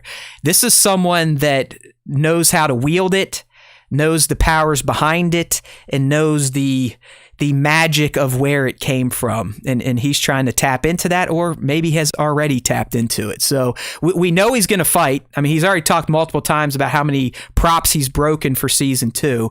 So he is going to get in a laser sword fight, more than likely with Ahsoka, if all that's going to come true. If it's not with Ahsoka, it's got to be with Mando. I don't see how he fights anyone else with a lightsaber if it's not one of our named characters. It's unless like Mando comes across a lightsaber somewhere, like he finds one, which is very possible. I would imagine it's Ahsoka too. So I'm super excited. Did you listen to it, Nick? I don't know. I mean, because it's how you interpret what he's saying. Because he what he says at the end, one of the ones. I mean, one of the ones. I think he can do that. Yeah. I think it's him as a human speculating. I don't think he's tipping a hand or anything. I think again, as just an actor, he's kind of wondering based on what he's read and acted. I think this character is going this way, and he may be revealed as Force sensitive, either naturally or through a shot to the asshole. Yeah, I agree with that. And I think he even alludes to, and at some point in the clip, is like he can wield the Darksaber, but he's also proficient with it. Like he's not not skilled with a blade. He knows how to use one. So I don't know. Or just saying that he can fight and do his own dirty work. I mean, typically the leader of the Empire, someone at his level, is not really looking to do his own dirty work. Yeah, and within the Empire, there were so many officers that were basically there, in their position out of nepotism. Yeah, they're chumps, or they just needed a job. I mean, or they got conscripted. I mean, you got to remember the Empire was shit. I mean, they were tyrants. It was a fascism, a dictatorship, anything you want to say. I mean, they were bad news. Yeah. If they showed up on your planet, they're taking your kids. I mean, look in the Rise of Skywalker. I mean, it was such a subplot, but they were on Kijimi to steal kids to man those Sith Star Destroyers. Yeah. Yeah. I mean, it's crazy. So he may have been like an actual, like he actually earned his post. He actually was a soldier, a fighter who survived. Well, and I mean, again, he into. could have been a Mandalorian super commando that joined the Empire when they took over Mandalore. Who knows? It was a fun little bite. I'm sure it was just Giancarlo doing what he's paid to do, teasing stuff, getting some clicks, and getting idiots to talk about it, and he did his job. So I do have to mention from the chat here, 1/6 Shooter has a great name for the remnant empire that we're going to steal, even though he has trademarked it. The Rempire. The Rempire. Yeah. I like All right, it. so we speak your name, Trevor. Rempire it is from here on out. All right, so here it is, man. The big one. The big news that kind of came out of left field. It was odd that this got released on a Monday. Monday is not a big PR day. That's usually Tuesday or Thursday. Definitely Tuesday for video games, usually Thursday for cinema. But hey, Lucasfilm dropped it out. I think it was an error, to be honest with you, because when they posted the official post on StarWars.com, it got deleted and then reposted. Yeah. But Lucasfilm has announced the next animated Star Wars series, and it is called The Bad Batch. You know what it makes me think of? Just real quick. I wonder if our buddies at Mad Engine, our buddy Action Figure Snap, we got a Bad Batch t-shirt. We did? And I wonder if they ordered those shirts to be made because of this. We have this shirt? Yeah, it's the blue one. I mean, it doesn't look like that. It's a blue shirt and it has Clone Force 99 on it. It says The Bad Batch right up top. There we go. Hey, look at that. We already got motherfucking series shirts just like that. We got merch already, guy. Where the fuck are y'all? We knew about this weeks ago. Of course. If we were like Kessel Run Radio, we should just said, hey, they're going to make another Clone Wars series, but it's not going to be with the main characters. And okay, we'll give them their credit. I guess they hit here. I don't specifically remember their first reveal being that it was going to be the Bad Batch. I know eventually they kind of supplemented that it may be the Bad Batch, but trust me, they are taking their victory laps on Reddit and on their YouTube channel, and they look smug as fuck, but I guess I probably would too. Either way, I still think we're better than them. But here we go. So we are getting this is official. This is dropping in 2021. This isn't fan series. This is the real deal. Lucasfilm Animation is picking up with the Bad Batch that we met in season 7 of the Clone Wars. So we got Hunter, Wrecker, Tech, and fuck. It wasn't Hawkeye. It was the sniper guy. Yeah, the sniper guy. Damn it. Sharpshooter. Oh well, I fucked that up. I'm a loser. But anyways, the Bad Batch is coming back, and this series is going to be set post the events of the Clone Wars, which is quite nice. So we should get narratives that revolve around these guys trying to navigate their way in a post Order 66 universe. So the Empire is rising. They didn't really make they didn't make it a thing. I'm talking about the Empire, Nick. They didn't make it a point to go around and kill clones, right? They just figured they'd die out because they were all accelerated anyways. Yeah, I mean, most of the clones were still under the Imperial programming, so they just became stormtroopers, and then they just assumed, which is why later in the Imperial reign you have people being conscripted, people being recruited to join the Empire, but they just assume like, hey, these clones are going to die out anyway, so it's not really a big deal. They're asking. The Bad Batch is going to take place. It's gone. Like the Republic's gone. Post Order 66, the Empire is rising. That's when this is going to be set. So Crosshair was the Crosshair. There we go. So we'll be following those guys, and you have to assume Echo's still with them. Echo is going to be involved, I would imagine. And I think the tone this show is probably going to take is them going around trying to find named clones, Cody, Wolf, Gregor, shit like that. I mean, we know Gregor and Wolf, they make it in the Rebels, so there's a story to be told there. This isn't in the official press release, but the bozos that supposedly leaked this, they're saying Rex and Ahsoka will kind of cross paths with the show, but they're not going to be a main focus, which does make sense. Makes sense. We're just a general feedback from our chat. Doesn't seem like too many people were huge fans of the Bad Batch. I think that the way that they are built, the way that Filoni and crew built this team is that they're like specialists, and they're supposed to have their own quirks and personalities that would make a really cool series to bounce off each other. I know this isn't necessarily what people would want right out of the gate in terms of new animated Star Wars content. Like, you probably wanted some sort of Rebels follow-up or something like that. But I think this will be interesting to watch because it is such an inflammatory period of the Galactic Civil War that's happening here. I mean, it's and it says here in the press release, it says, in post-Clone Wars era, they'll take on daring mercenary missions as they struggle to stay afloat and find new purpose.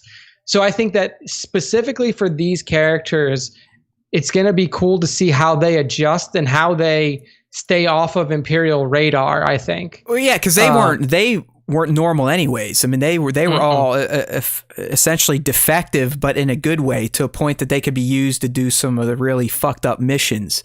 And they were very strong archetypes of, hey, Wrecker's the meathead, Hunter is literally John Rambo. Crosshair, he's the grizzly old sniper guy. You know, I expected him to have a cigar in his mouth. And then you got the techie nerdy guy that's always saves the day with his brain. And then obviously Echo joined them. So I do think there could be some interesting stories here, especially, like I said, if we still don't know what the hell happened to Cody. That's a pretty famous clone. He started in the live action movies, got fleshed out in Clone Wars. That'd be nice to kind of get an end to his story. As I said earlier, we need to figure out how Wolf, Gregor, and Rex team back up and end up on that planet. There's stuff, obviously, with Ahsoka to get in there. There's additional threads you could run with Echo being a part of their crew. So who knows? I mean, did they have the Order 66 chips because they were defective? I don't know. Are they different? Are they not aging? I mean, I don't know. Are people from the Empire using them for mercenary missions? I think having the Bad Batch, it opens them up for all sorts of little arcs that can be told. Yeah. Brand new ones, as well as ones that will help flesh out some content we already know bits and pieces of. I'd argue there are other characters from Clone Wars that probably would have been more interesting. I mean, I think every one of us would raise our hands and be like, hey, just give us Rex and Ahsoka. Yeah. You know, pick up a year or so after that, the end of the finale. But I don't know. I mean, the Bad Batch, they're fun, if anything else. And I hopefully they balance the fun of the Bad Batch and how they act with each other, while also exploring some Star Wars and adding new Star Wars canon that will be relevant to us nuts, you know, that stitch other properties back into Bad Batch. You know what I mean? I think the reason that they ran with this is because one thing that Filoni had called out specifically when speaking about the Clone Wars was he was surprised at how, you know, attached people got to the named clones. And I think that's what heavily influenced the decision to make this show right now. Like, not that we won't get a Rex and Ahsoka show, or not that this is the only animated Star Wars that we're ever going to get moving forward. But I think that the affinity for the name clones and how people got attached to how the clones played off eeach other played a huge part in making this show. I don't think this is a knee jerk to the reception season 7 got. I think this is something that was probably in the works.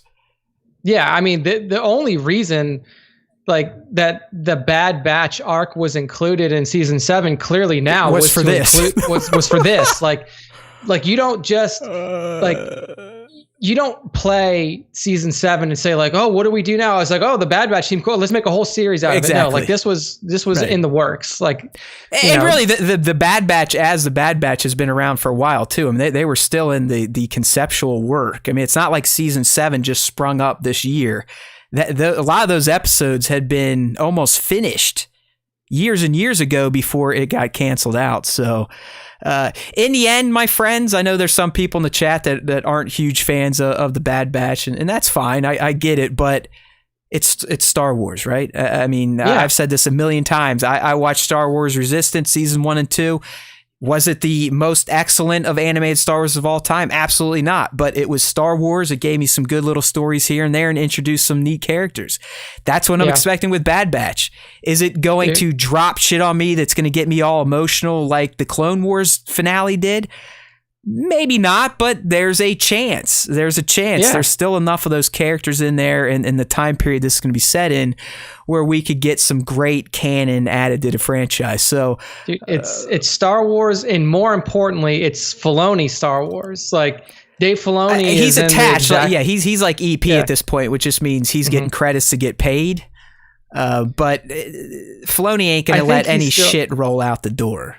Yeah, like he's gonna keep an eye on this. It's like, and it says, you know, one of the closing things says, while the Clone Wars may have come to its conclusion, our partnership with the groundbreaking storytellers and artists at Lucasfilm Animation is only beginning. We are thrilled to bring Dave Filoni's vision to life through the next adventures of the Bad Batch. So this was Filoni's idea. Like this wasn't. And by the way, I mean by executive produced, he essentially put the team together. So he's handpicked people that have worked on his other projects. So this is Filoni graced. It is going to be good. Yes, I think a lot of you in the chat here, you are correct in wondering why the Bad Batch and they were kind of flat. I have full faith that this series will be just fine, and I have a feeling we'll probably get more than a season based on the reception of it. And and this is going to be 2021. I would expect probably a spring release, but in this day and age, who the fuck knows? I'd imagine in 2021, if a lot of these projects come to fruition. I mean, we've heard the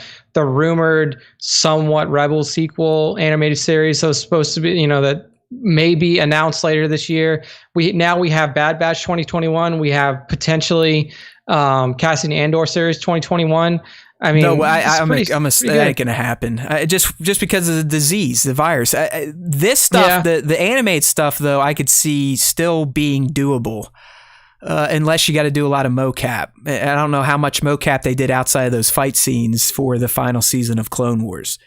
But you could probably do most of the animation work in a remote setting. So I would assume this one's going to stay on track. That's why I'm thinking it. Hell, maybe it's even a February drop like Clone Wars was. So could be. For sure. That was, like I said, it was just kind of out of nowhere. A Monday, July 13. There was no significance. It was odd. So I think an intern again might have hit the publish button a little too soon. Yeah, that was sitting in draft. And they did not want to release that just yet. Then here we go. Or this would have been something maybe they were saving for celebration. So so I mean, is it the series that I would have guessed or that I would have immediately wanted? No, but it makes sense when you hear it. It's like, okay.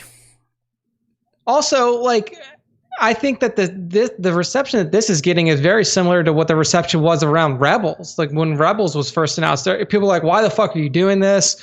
Like, we don't care about these characters. We want the continuation of the Clone Wars. Hey, big surprise. We're a bunch of angry fuckheads. Yeah. I mean, and then Rebels turned out to be an incredible series, and it built some really awesome characters, and it gave context to some. I mean, it brought Grand Admiral Thrawn back into canon in a moving pictures format. So I mean, Rebels did a lot of good stuff. Yes, I expect that was a non-words and shit Thrawn. So I like that. No words and shit there, people. That was moving pictures. I hope we remember words and shit. That was a good one. I do like words and shit and Rempire. Gotta beat it into the gray matter. Words and shit. Say it with me, friends. Words and shit. We don't like them. We only like when pictures move real fast. Okay. So hey, we're getting animated Star Wars coming 2021. I'll golf clap it up. I'm excited. Yeah, I'm a fan. Some commentary here. Again, the other good thing about this, and I think most of you are probably right, but we'll probably get some Black Series figures based on these guys. That's true. That's very true. I would love to have a set of the Bad Batch in their Season 7 armor. Hopefully they're still whipping that armor come their own series, but even an Echo would be nice. I'm all over it. But there's a rumor. We talked about this SDCC exclusive, right, Nick? We're hoping to be Cad Bane. I know Bossajan sent us something that it may be a Season 7 Clone Wars 4-pack. So who knows? But I think everyone's kind of right here, at least us toy collectors, that if we're getting a Bad Batch series, there's a great chance we're going to get some new clone figures. And everyone loves their clone figures. We can at least agree on that. Yeah, clone figures are always nice. Always fun for people like Sir Dork to blow up and Jesse, everything Kylo and Papa to put together some pretty cool setups with. So I'm happy if we get the 4-pack or just the regular Cad Bane that we talked about before. But you know what? We just talked about some of our fandos out there, some of our loyal followers. So it's time to transition into the Star Wars Time fan segment. That's right. Let's get into it, people. That's right. Now, how we do it these days, we don't just jump in and start licking balls quite yet. We've introduced the question of the week, which I think has been fantastic. So you can thank Nick for that. And that's what we're going to start with. But then we'll also provide our latest Battle of the Basics update. And then we will get into this week's top 5, which is a plus top 1 week. Not honorable mention, a top 1. So Nick, I'll let you introduce the question and get into this first reply, because if you can tell on the camera, I am squeezing my penis, which means I got to really take a whiz. So I'll be right back. Go ahead. So yes, the question of the week this week was, if you could choose to be one of these 3 roles in Star Wars, what would it be? Bounty hunter, smuggler, or soldier, and why? So this one here is, I mean, when I first started the question, I was like, oh, do I put Jedi in there? I was like, no, I don't want to put Jedi. Jedi and Sith, like, people want to choose that because it's badass. You can use force powers. You got a cool light blade and stuff like that. What are some of the more, down to earth professions in Star Wars that you could do? So to kick off some of the responses, and I put this out yesterday, we got about 35 responses at this point. So if you want to, you can still go and answer, but we're giving our answers now. So to kick it off, we have Aussie Star Wars Unboxer. Never seen a response from him yet, but he got a good one here. He said he would be a smuggler for sure, like a spaceship flying Robin Hood to take things from the haves and give them to the have-nots. I thought that was a really fun response here. And I like that. I like the Robin Hood analogy. Yeah, that's the pretty Robin slick. Hood guy. Like he wants to go and take from the Empire and give to the rest. Hopefully he wears green tights when he does it too, right? Because we all love men in tights. Yeah, and he's got to have like an energy bow that he shoots, kind of like Jana from Tross. So I was a fan of that response. I like it. All right, up next. Action Figure Noob. I thought that. Hey, by the way, Action Figure Noob is the all-star of Question of the Week. He gets chosen every time. He does, dude. He gives good responses. Well, he does. He is the one fan that can't join the live stream, but every week he makes sure to schedule time to watch our dumb faces on his TV, which is just encased in collectible figures. So there we go. We speak your name, Brian. We speak your name. There we go. His response, which I thought was going to be either not picked or one of the least picked ones, but we had a good couple of responses for Soldier, and he said, Soldier, traits I'm known for in my personal life and job is dedication, hard work, and hardworking and loyalty. So this is the way. And he says, well, now us soldiers need a catchphrase because this is the way is the Mandalorian one. So okay, just an update for the chat people because they are amazed at my pissing abilities. I am wearing sweat shorts, so I just lifted one leg up, let the old guy hang out, so there was no touching of the penis. So yes, I did not wash my hands. That's Matt's update from his recent... They're asking. Spencer and Trevor just said, I went pee too fast, and they want to know how, so I explained. I told you Matt has a bucket off screen. Yeah. I just run away, piss in the bucket, and come back. But I let out some really great gas, and I was hoping the mic would pick it up, but I guess it didn't. I don't think it did. But so Action Figure Noob is going on the soldier route. And then getting to Agosto too, Agosto Toy Photography. He thinks he would be a perfectly highly skilled soldier. So he says, not as skilled as the Royal Guard, but maybe a death trooper, because realistically, could I be a bounty hunter or smuggler? Almost certainly not. So yeah, I would definitely, I would roll in the death trooper. Like if I had to join a stormtrooper squad, it would be the death. Oh yeah, dude. I think that I'm definitely too really short cool. to be a stormtrooper, but that black armor and their modulated mics, that's just badass. Dude, I think Rebel Shock Trooper like Cara Dune would be pretty fun too. I think that would be a nice. I agree, but it always goes back to my obsession with the Empire and how they look, though. I mean, yeah, you know for want that sure, armor. right? You know for sure, Cara, the rebellion, she probably had no gear. She probably just had that tattoo to protect her under her eye, because the rebels are a bunch of fucking poor hobos. Dude, that's what's so badass about Rebel Shock Troopers, though, is that they had fucking nothing. They didn't have armor. They had shitty guns. Right. They had all that, and they still fucking killed Imperials left and right. That's all right. I'll be cannon fodder, but I'll look damn good dying. Yeah, you'll look really good. I will look awesome getting shot. Next up, we got Baron's Black Series, a.k.a. Spencer. Spencer's there we in go. chat. He wants to be a bounty hunter. He said they have the coolest attire in the galaxy and the coolest gadgets, plus freedom. You report to yourself only. A soldier has to follow orders. A smuggler has someone to answer to if they fail their job or get caught. Bounty hunters just have their prey to worry about and maybe pissing off competitors. But hey, they owe their allegiance, and there is a code to the Bounty Hunter Guild, right? I mean, yeah, and I'll say you've seen that now through Mando. You got to answer if you don't get your bounty done. Yeah, I mean, you can't take a puck and then not return it, or you're gonna get fucked up. So yeah, so. Good response there by Spencer. So Nico Tronus here in the chat. This is my favorite response. He said, "I'd love to be a bounty hunter, but I already smoke a lot of spice, so maybe a smuggler would be good." I love it. I love the hardcore Star Wars time fans. Now I know why they like us. Yeah, it's like like minds type of shit here, right? So yes. So Nico likes to smoke him some trees. Therefore, he's like, "Hey, fuck it." You'd be a spice runner, just like fucking Poe. Just try not to smoke all your shipment, bro. Yeah, and do not dump your spice. Do not dump your spice at the sign of a Star Destroyer. Don't smoke it. Only a little bit off the top. I already smoke a lot of spice. Where they would I love it. I love it. Tones here cheating as usual. All three, he says. Tones, you son of a bitch. You got to pick one, sir. In the Star Wars universe, it pays to have a strong skill set to get what you need. Utilizing all three traits gives you a huge advantage over other opponents. Look at it as a multi-skilled mercenary who's adept in a wide variety of skills, fighting for the side that pays the best price while keeping neutral to serve your needs. Look at that. I'm sorry. I'm picturing Nico on the Falcon, just literally huffing through all the spice, going like, "Oh shit, man, Chewie, punch it! We gotta deliver this shit, bro." Dude, he would say that he had to dump the shipment, but really he just used it all en route. So that would be Nico. Oh my god. And then Tones would be playing all three roles. He would be a soldier for both sides. He'd be taking bounties for both sides, and he'd be smuggling for both sides. Well, I mean, I guess technically Han Solo is the Tones then, right? Outside the bounty stuff.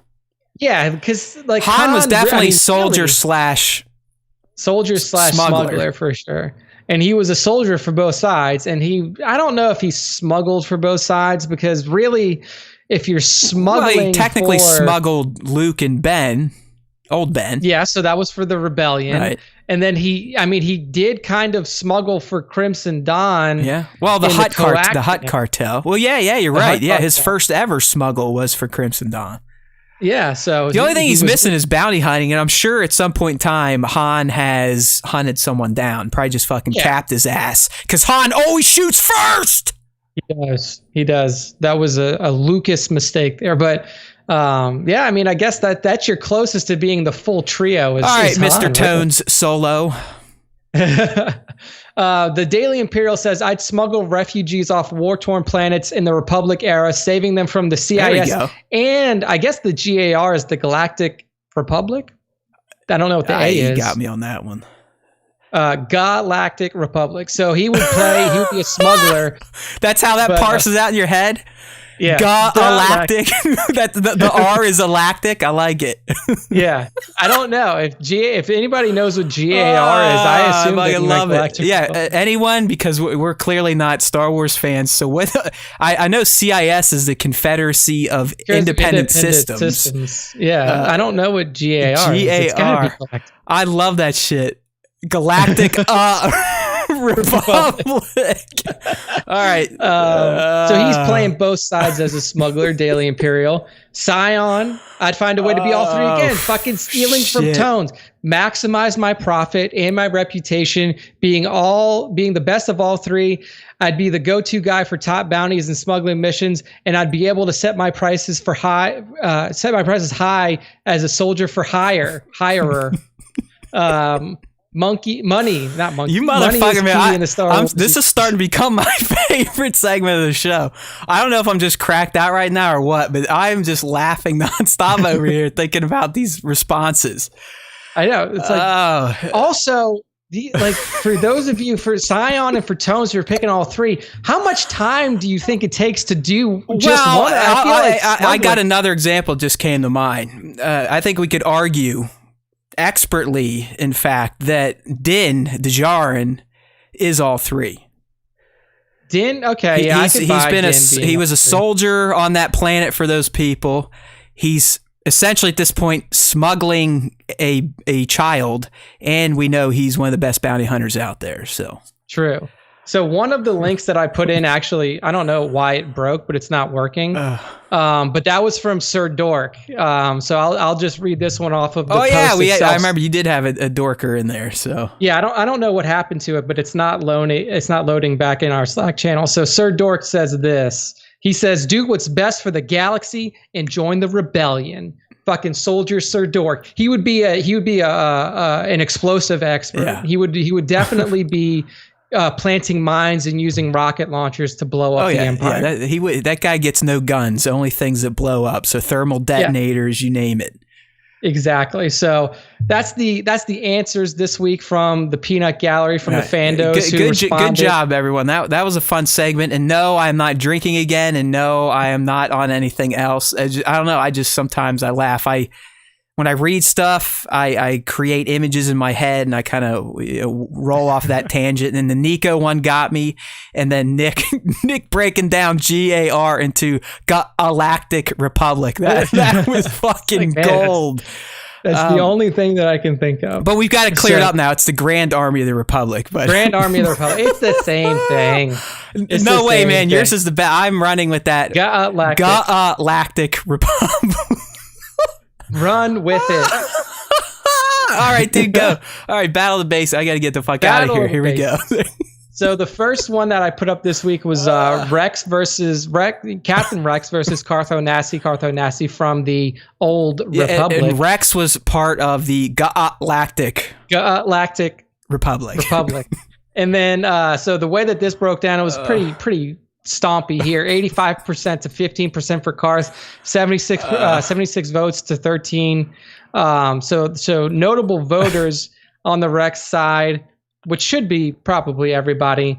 You got Agosto here. You got SWTBS Wild Wing, Action Figure Snaps, Rust Belt Collector, Beerman Photography, who may be mentioned later in the show today, Star Wars Toy 73. Everything Kylo. I know Klondike replied to this one. And his justification was that, Cad would take it because Bosk is a bounty hunter meathead, I believe is what he said. This is Rex versus Karth. Oh, my bad. I'm looking at the wrong screen. I had the wrong one up. So Sir Dork voted for Rex. Nico voted for Rex. Tones, Matt Jessup, all of the Cryo, Barron's Black Series, Klondike Photography, all of the big, the big name fans. Action Figure Noob voted for Karth. Star Wars Black Greggy Bird voted for Karth. So let's get some. Greg left the show as soon as he found out hats were coming. He's like, okay, I got my fix. You want to see? I guarantee you that these two accounts are made by Greg. What? One of them is SWT_hats. And then one of them is SWT assholes for life. Oh yeah, there you go. No, it's like he had this whole campaign on the assholes thing, and then he thought we were mad at him for some reason or whatever. But we're not mad at. Hey, Greg. Anytime I push back on IG, it's never really that serious. I'll let you know if I'm ever being serious. Yeah. The one time I told him to fuck off because he like promoted Star Bros podcast or something. Who were probably great guys. They're down there in Australia. Yeah, they're the Aussie. They're the hometown. But I was like, hey, podcast. It was something. I was like, my initial reaction was like, hey, Greg, go fuck yourself, essentially. So, and I think he thought I was being serious, but. Oh man, we're never serious on this show. Sorry. I mean, Papa Palpatine hasn't rejoined the show since we got in that little debate a few ones back. So it is what it is. Yeah. Come on, man. I will tell you, I did reach out and offered him to come on the show to debate, and he never replied. So there you go. Papa, we always look. We don't even need to debate. I don't want to. I just want to talk to him. Like I just want. I want to do the fantastic toy photographer. I want to get back into the interview set where it's not toy photocast where we just focus on that. We kind of focus on you as a Star Wars fan first, and then move into how that kind of influenced your toy photography hobby. See, man, I want to get Papa on because Papa. I will say this. There were a lot of people when we first started doing the top 5, and I know we're doing a little tangent here before we get to the next battle of basics. When we first started doing the top 5, there were 3 people that blew my mind, that really kind of fucking exploded my head in terms of what could be done in toy photography. Initially, 3 people right up front. It was Jared, it was Jesse, and then it was Papa. And Jesse hates us now too. Well, he doesn't hate us. He just doesn't listen to us anymore. Wow, look at that, man. All of our friends now hate us. One of the OG goats just doesn't even rep the Star Wars Time Show anymore. He's too busy making dioramas now. He voted on the poll, as soon as he got an ad deal with Hasbro, he's too big for the show now. He's gotta go through his Hasbro rep to see if it's okay. He's like all the other big names now. Doesn't tag us, doesn't like us. Thanks for a bunch of losers, which we are, but we at least appreciate those of you that pretend. He's got to make sure that he can still support the Star Wars Time Show through his Hasbro rep. Because if he reps us and then we come to find out that Hasbro hates us, they will cut him off. Where are you, Jesse? We love you. We speak your name. And it was for 3 different reasons. It was like Jared has this incredible style where what he does with like using water and using fireworks and he's a bokeh master. Yeah, like the things that he could capture in frame with his camera in such a dynamic setting. He's fucking crazy too. I mean, the guy like literally when we first started talking, was using a blow torch, not like the blow torch lighters, a fucking blow torch. Like a legit. He could have taken a shot and then went and welded something together. Like it was legit. Jesse's the particle action guy. Like particle effects and action poses. That's everything. Kylo. And then with Papa, he's a scene master. Just the brutality of his scenes and like the work that he put into building these fucking incredible scenes with character, like with also just his mashups. Like he loves mashing up Alien and Star Wars. Well, his brother, Remember the Clones, has been doing a T-800 versus Mando series. I featured a few of those, but those are pretty rad too. Yeah, I mean, so like those 3. So I mean, like we've had Jared on, and he's actually guested as a host on the podcast one time when I was out. Well, he almost did it twice until he forgot how to fucking record stuff. That was hilarious. Yeah. Yes, Jared, we bring it up anytime. Anytime he mentions it, I'm going to bring it up. Thank you. Yeah. I mean, and I would love to get Papa on here. I'd love to get Jesse on here. We've also had Jason on here work more or less, which I mean, Jason.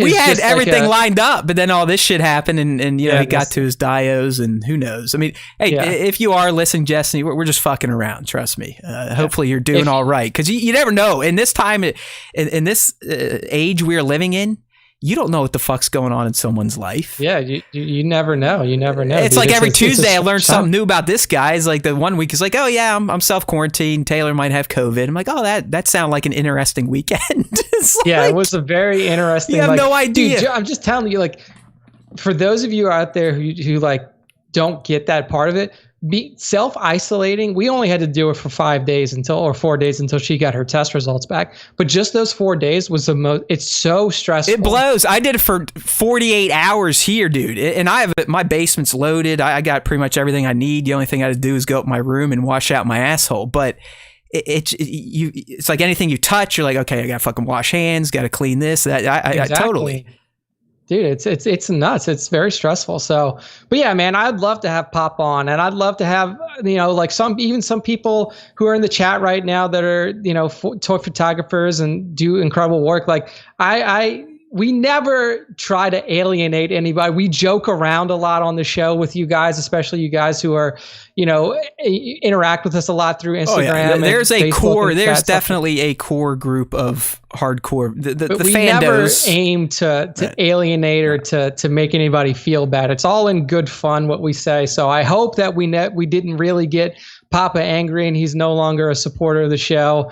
But I would love to have Anthony on. If he's not, just have a conversation. Tough shit. Let's move on to the next one here. So, hey, we love you too, Trevor. We love you too, buddy.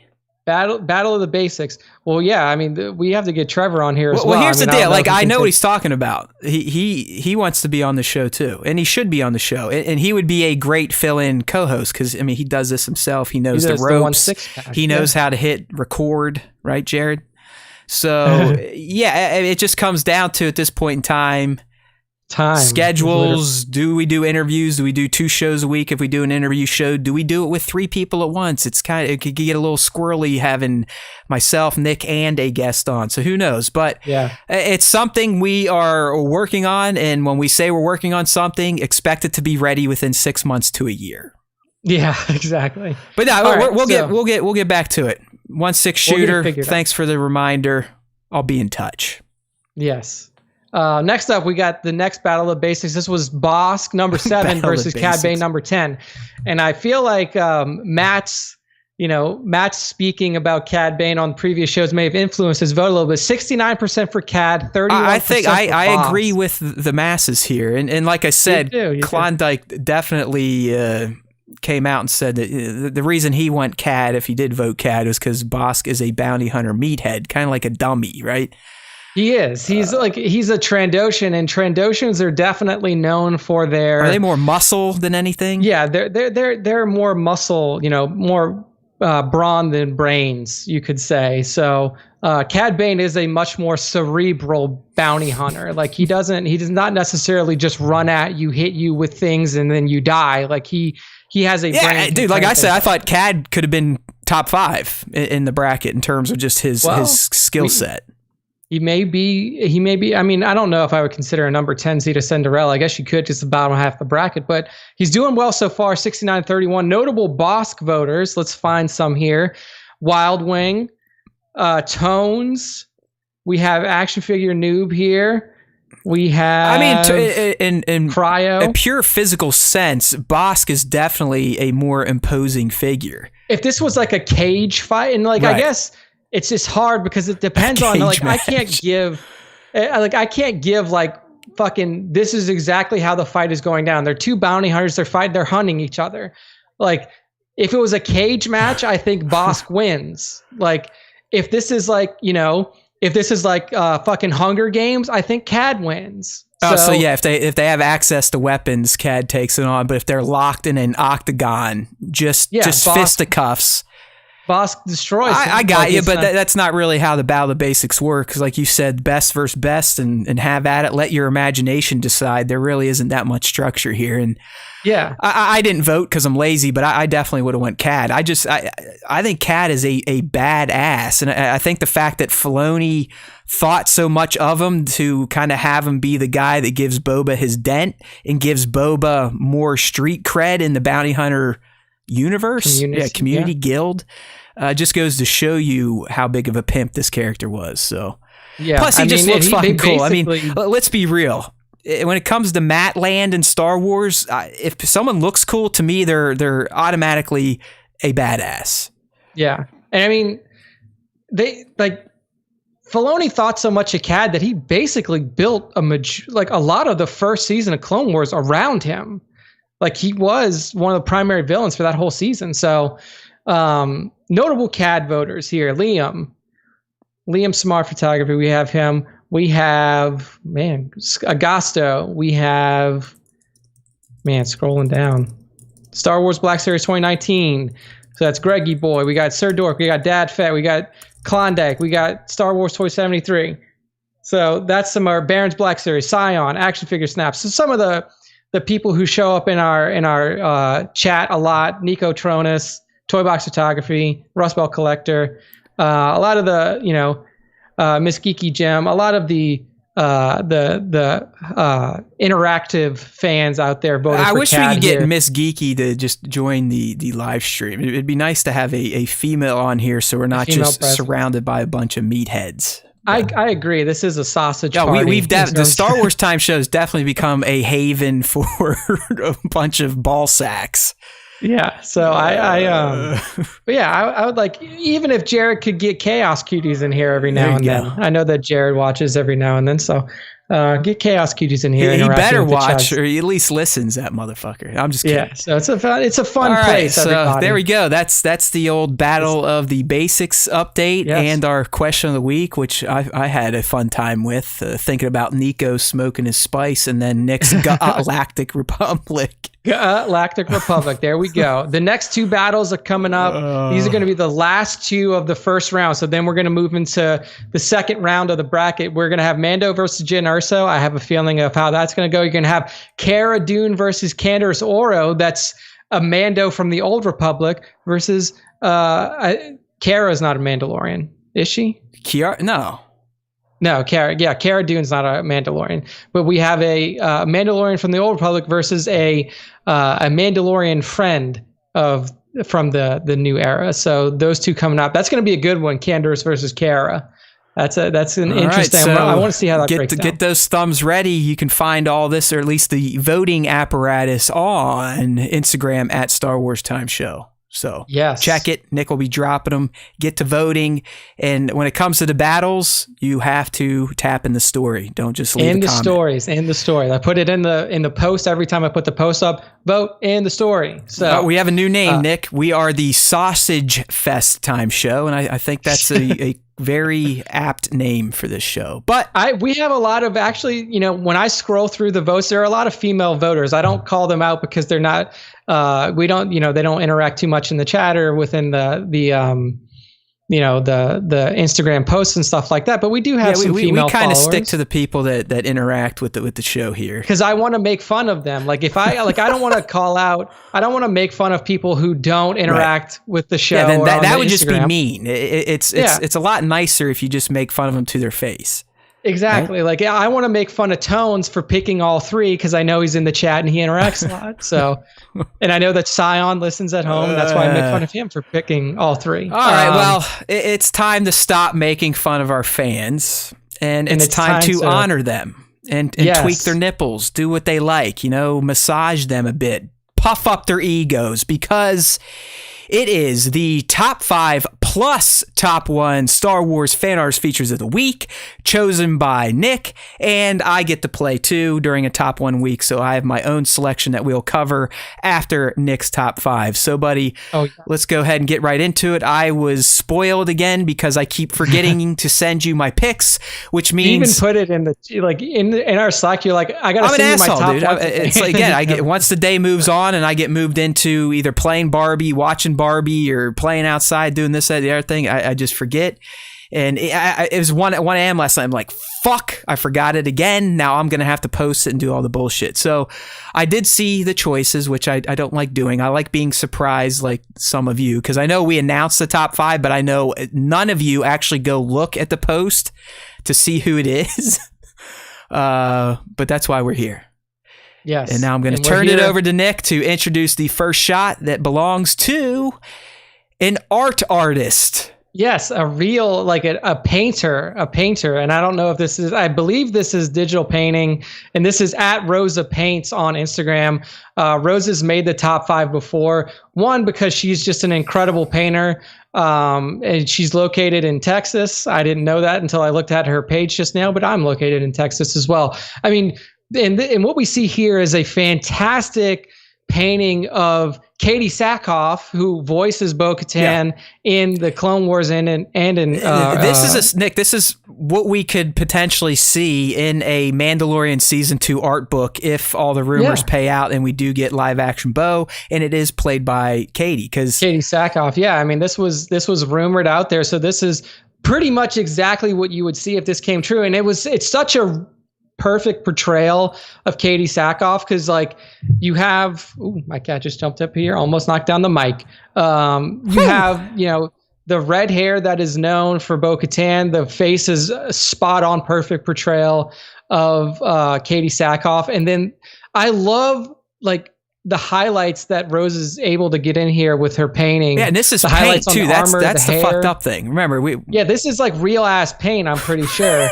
Like here we go. Here I go. We go with all our adjectives used for real art. Real ass paint. Remember, we're just going to stick to she arted the fuck out of it. She arted the shit out of this. And I mean, it's just such a, like, you could literally real like ass in paint. a few Like, months. what other type of paint is there? Yeah, I don't know if it's digital paint or if it's real. Are you talking like paint that comes paint out of your ass, like real ass paint, or what? I don't think it's that kind. But no, it's insane what these people can do with. I don't know, is this a digital brush, an actual brush? Either way, it doesn't matter. She's still using her digits to make it, like hands and fingers. It still makes no sense to me that someone's brain can get their arm and hand to create that. And it just looks so realistic. Like look around the sides, like look at that shoulder pauldron around the corners of it, like the scuff marks. Right. Just even the way she shades weathering stuff to give it the lighting and a 3-dimensional look to it. It's nuts. Like this stuff. It's fucking incredible. The brain just starts going bop, beep, bop, boop, bop. That's why you say stuff like real ass paint, and she arted the fuck out of it. So yeah, it's hard for our brains to interpret something like this. I know that Rosa commented on the top 5 posts, I believe. So Rosa, if you're listening to the podcast, let us. Is this digital painting? Is this like actual you? Like she'll on a listen. I know with she listened the first time we did it. We just got to get her to hopefully use the tag more because of IG. We follow her, but I don't always see her stuff. Yeah, I mean, she's got some fantastic Star Wars art on here. Right. She did one of Captain Rex. We have one. I mean, she's got a lot of different focuses as well. Ellie, you're moving the microphone, sweetie. Hey, you can see. You got a George Floyd painting on there. You got Ahsoka and Anakin on there. You got Aang from what you call it? Airbender. Avatar, the last Airbender on there. I'm distracted by my kitty. She's I think this is the one we initially shared of Rosa, and that was her. Hey, Bad Batch. Look at that. There we go. It was Bad Batch and Rex. So these boys got their own show, and our boy in blue will probably be in it. But one thing we do know, Rosa can paint. She can paint. That is 100% true. Hey, look, Klondike followed her. That a boy. There you go, man. That a boy. At Rosa Paints on Instagram. Texas, USA. Hopefully she's staying safe. Yeah, stay safe. But I mean, fantastic artist. Absolutely wonderful stuff that she puts out. Give her a follow. Next up is another. Nick had a little art feel this week. I did. Huh? There were a couple of reasons I picked this piece by Baum Art, BAUMMART on Instagram, and it's Darth Malgus, and it's one of those figures, one of those focuses on the Star Wars, in the Star Wars community that you don't see a lot because he is relegated to a couple of novels and the Star Wars The Old Republic MMO that was popular, years back, but it's kind of fallen off recently. But Darth Malgus is such a fucking cool looking character with that respirator mask. The way that his face is just. Yeah, I mean, really he kind of looks like Bane, it does, as in Batman Bane. Yeah, like Bane from fucking Dark Knight Rises. Bane and Anakin Skywalker had a baby.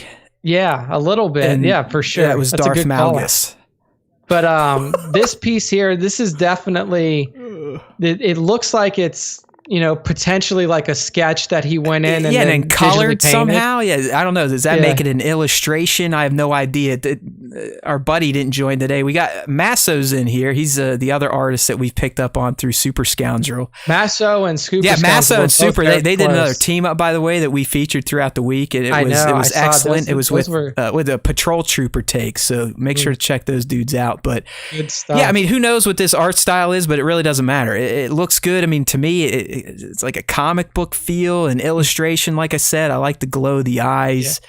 The glow of the eyes, like the way that he's got the veins in the head going back with the blue, like the scarring and burn marks around the eyes, just so well executed. I also like how he's got superimposed in the background the Sith Empire logo from from Star Wars: The Old Republic video game.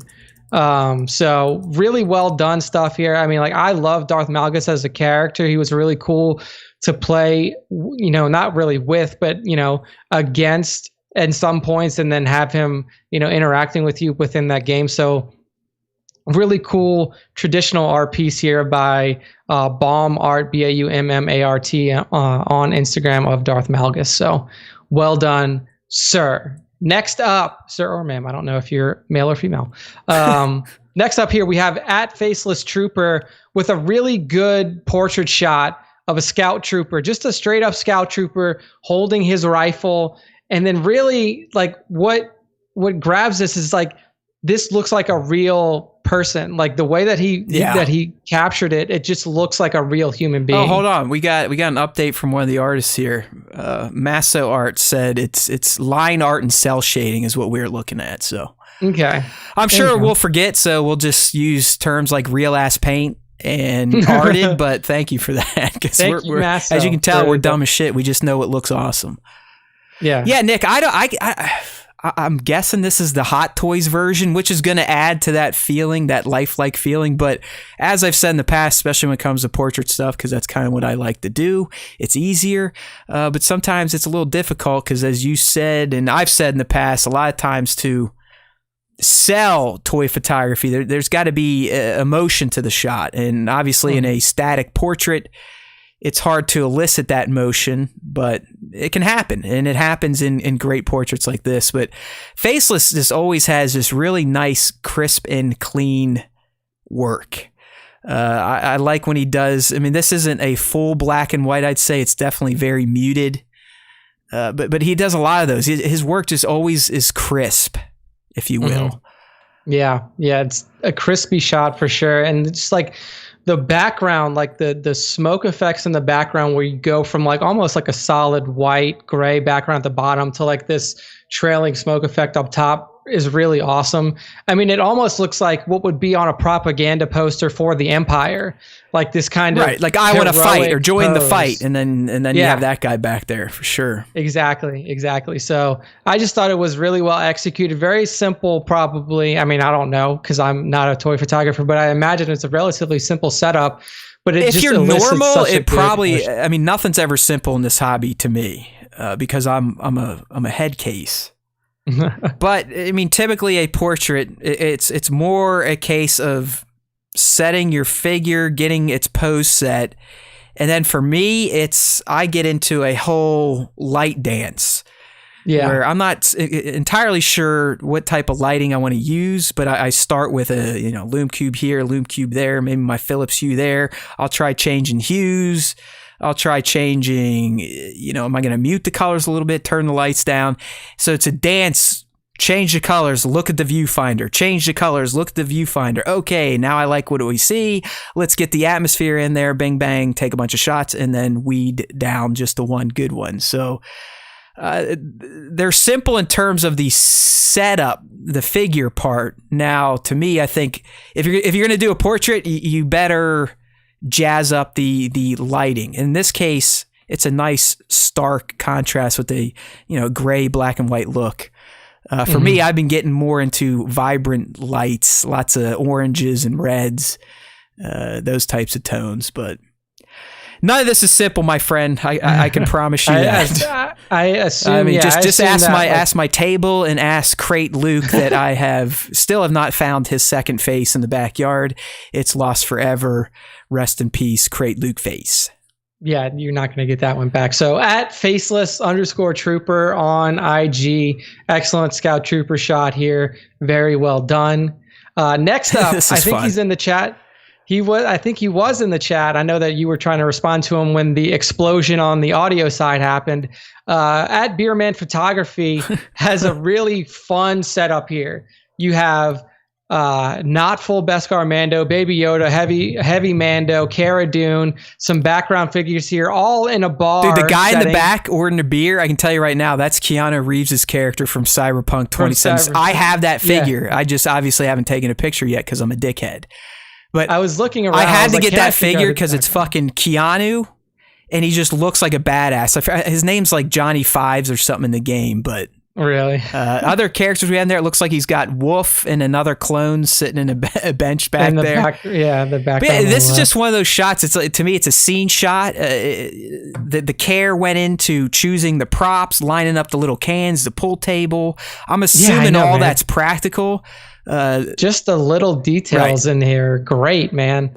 Having Baby Yoda standing on the pool table as they're all playing too is just so perfect, because I could see him just like using the force to move the balls, and they're like, "God damn it, Baby Yoda!" You got a little PBR can up there. Yeah, I don't know if there's just some Schlitz. I was gonna say, is that a Schlitz can? I can't tell. But it's just I love shots like this, scene shots, whatever, diorama shots, where you just all the little nuances to look at. I mean, you could just scroll through this shot in your feed and be like, oh, that's cool, I'll like it. But this is one of those shots, and I'm glad you picked it here. If you really just stare at it and break it down, all the little pose tricks here. I mean, even making the heavy look like he's lining up a shot, that's not easy. I mean, you gotta remember these. Yes, these things, their elbows bend and shit, but not much. And their hands don't bend much at all. So just making them look natural in this situation is a trick in and of itself. But it's just lined up. It's framed well. It's a fun shot. I mean, great use of props here. This dio is pretty awesome too. I don't know if this is a dio. I bet it's cardboard. I have one of these too. I mean, it's either an extreme set or a ready set. And Nick, what these people do, they actually just print on cardboard, and you get these walls that you can set up where if they're far enough in the background, you don't fucking know that it's just a piece of paper. Yeah. So, I mean, it looks great here.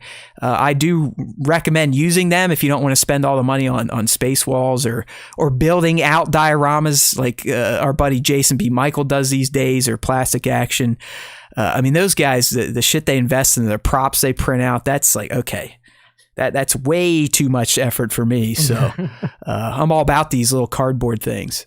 Yeah, dude. It's just a well executed, well set up shot. Lots of little details in there. At Beerman Photography on IG. And as you said, he is in the chat and has confirmed it's all practical. It is extreme sets. That is the background there. So nice. So well done, sir. Well earned top 5 there. And our final one, I believe. We got a pro. I believe he's still in the chat here too. This is Trevor at 16_shooter on the IG with an absolutely crispy, fantastic Krennic shot. But what really makes it, I mean, like, I almost think this is a scene recreation from Rogue when they're looking out of the view, like the view window at the Death Star during that initial test on Jeddah, because you can see Grand Moff Tarkin in the background, you got a Death Trooper in the background, and unnamed Imperial Officer number 1 behind Grand Moff Tarkin. My question here is if 16 is still in the chat, what fucking figure is that lieutenant or something behind Tarkin? Yeah. Like, do you own a 1/6 scale, just random Imperial officer? Custom Captain Nita. I don't know. Or is it just, something you've cooked up? So Trevor, you're still listening, let us know. But in terms of the shot, it's fantastic. I mean, this is why he calls himself the 1/6 shooter. It's why he's been featured on Star Wars, on CNN, other sites. This guy, the last time they did these Star Wars fan awards, he won 2, and he won, I think, best overall. I mean, you can see why too, because when Trevor takes a shot, you can't tell that it's a toy. Like, you look at these and you're like, holy shit, that's Ben Mendelsohn right there. Yeah. And that's, you get that bump from the 1/6 scale. I mean, there's no doubt these are always going to look more detailed than the 112. But if you look at Trevor's setups. I mean, dude has a legit studio. It's a dark room. He's got the ceiling lights, the side lights, the back lights, the table lights. He TikToks the fuck out of it now. Well, TikTok's about to get banned, Trevor. So that's what I see here because a bunch of politicians don't like that it's from China.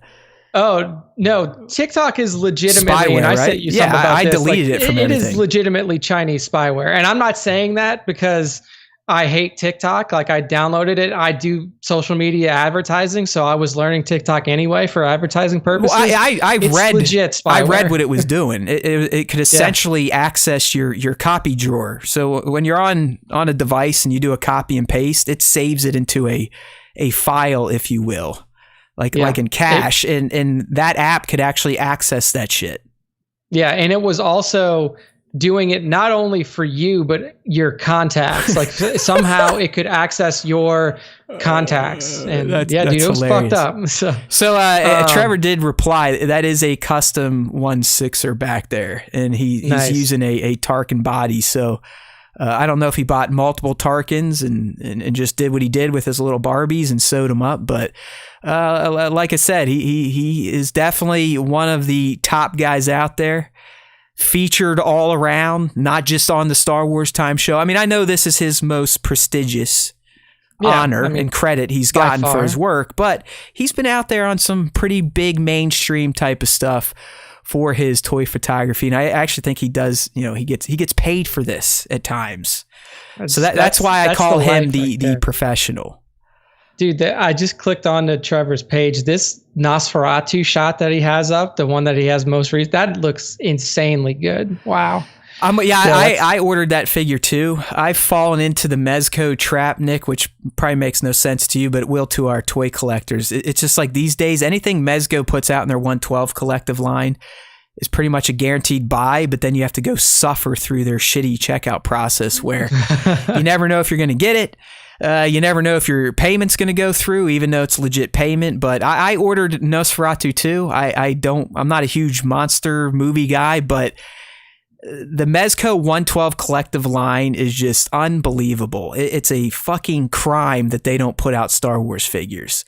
Because it's all soft goods, so many accessories. Yeah, you're going to pay over $100, but man, they pose great. They look great. They are little pieces of art. So maybe in the future, but I don't think so. I don't think you'll be getting 1/12 Mezco Star Wars as long as Hasbro has that license. Well, yeah, it's like we said, man. That's the hyper real is kind of their response to Mezco, and so far it's like, yeah. I mean, yeah, hyper real Vader, excellent. Hyper real Luke, he does take some good shots. I've been releasing some shots of hyper real Luke, but that all rubber setup is just dumb as weird shit. Choice. It is just stupid. It's like sticky rubber too, and I'm not doing weird shit with my Luke. All right, like I'm not playing with him during mat time. It's just like it's like sticky rubber. It never goes away. That is very odd choice for the material, but that brings us to the end of our top five. Now Trevor wants a hat for being a professional toy photographer. So, all right, we'll make sure to get that bundled up. I'll send it out in 6 to 12 months. There we go. Yeah, remind us on July 15th of 2021. Oh no! Now they're starting hashtags for it. Free hat for 1/6. Oh jeez. Oh my God. Our fans love us. See, those of you in the audio only version, the fun you were missing. You know what's fucked up, Trevor? You saw Matt at Celebration last year, and that's where we had the goddamn hats. Oops. Guess I should have been. We ran into him though the night that I just got dumb. You got obliterated. Yeah, I got. You guys fucking IPA poisoned me. That was your wife. That wasn't me. Holy shit. But that was also the night, if you scroll back in our Instagram feed, where we went to a burlesque show and they pulled me on stage and then had me dancing up there like a fool. So, you were up there in your little kimono. Yeah, that was a crazy night. I just remember having to wake up for the Mandalorian panel the next day and still being fucking drunk and hungover. Yeah, I was downstairs waiting for that. I had to throw up as many times as I could throw up in private before going to meet up with these guys. But that cabbie ride over, the taxi ride, fuck. That was tough. And it was snowing it was like the snow was fucking harsh. Just dumb shit. Day. Like at 39 years old, I should have known better. I mean, you got to answer the bell, which I did, but man, did I pay for it the next day. Yeah, that was rough. Woo! So, but anyway, at 1.6 shooter, that's the end of the top 5. At 1.6 _ shooter, that's the end of the top 5, the Nick top 5. But now we're into the Matt top 1 of the week. So Matt, all right, here we go, ladies and gentlemen. It is time for the top 1, meaning it is the best. No, not really. It's just I get to play too. I mean, I get to play all the time, but I'm the one doing the features. I never really get to pick the finalists outside of 2 times a month, and that is one of those times today. And I chose this recent shot from the Imperial Grunt. And it's a shot of, it looks like it's the new Hoth Luke chilling in the new 112 scale snowspeeder. And I love how he framed this shot. I love how we're getting that reflection off of Luke's visor. It's just again, I hate using the word simple.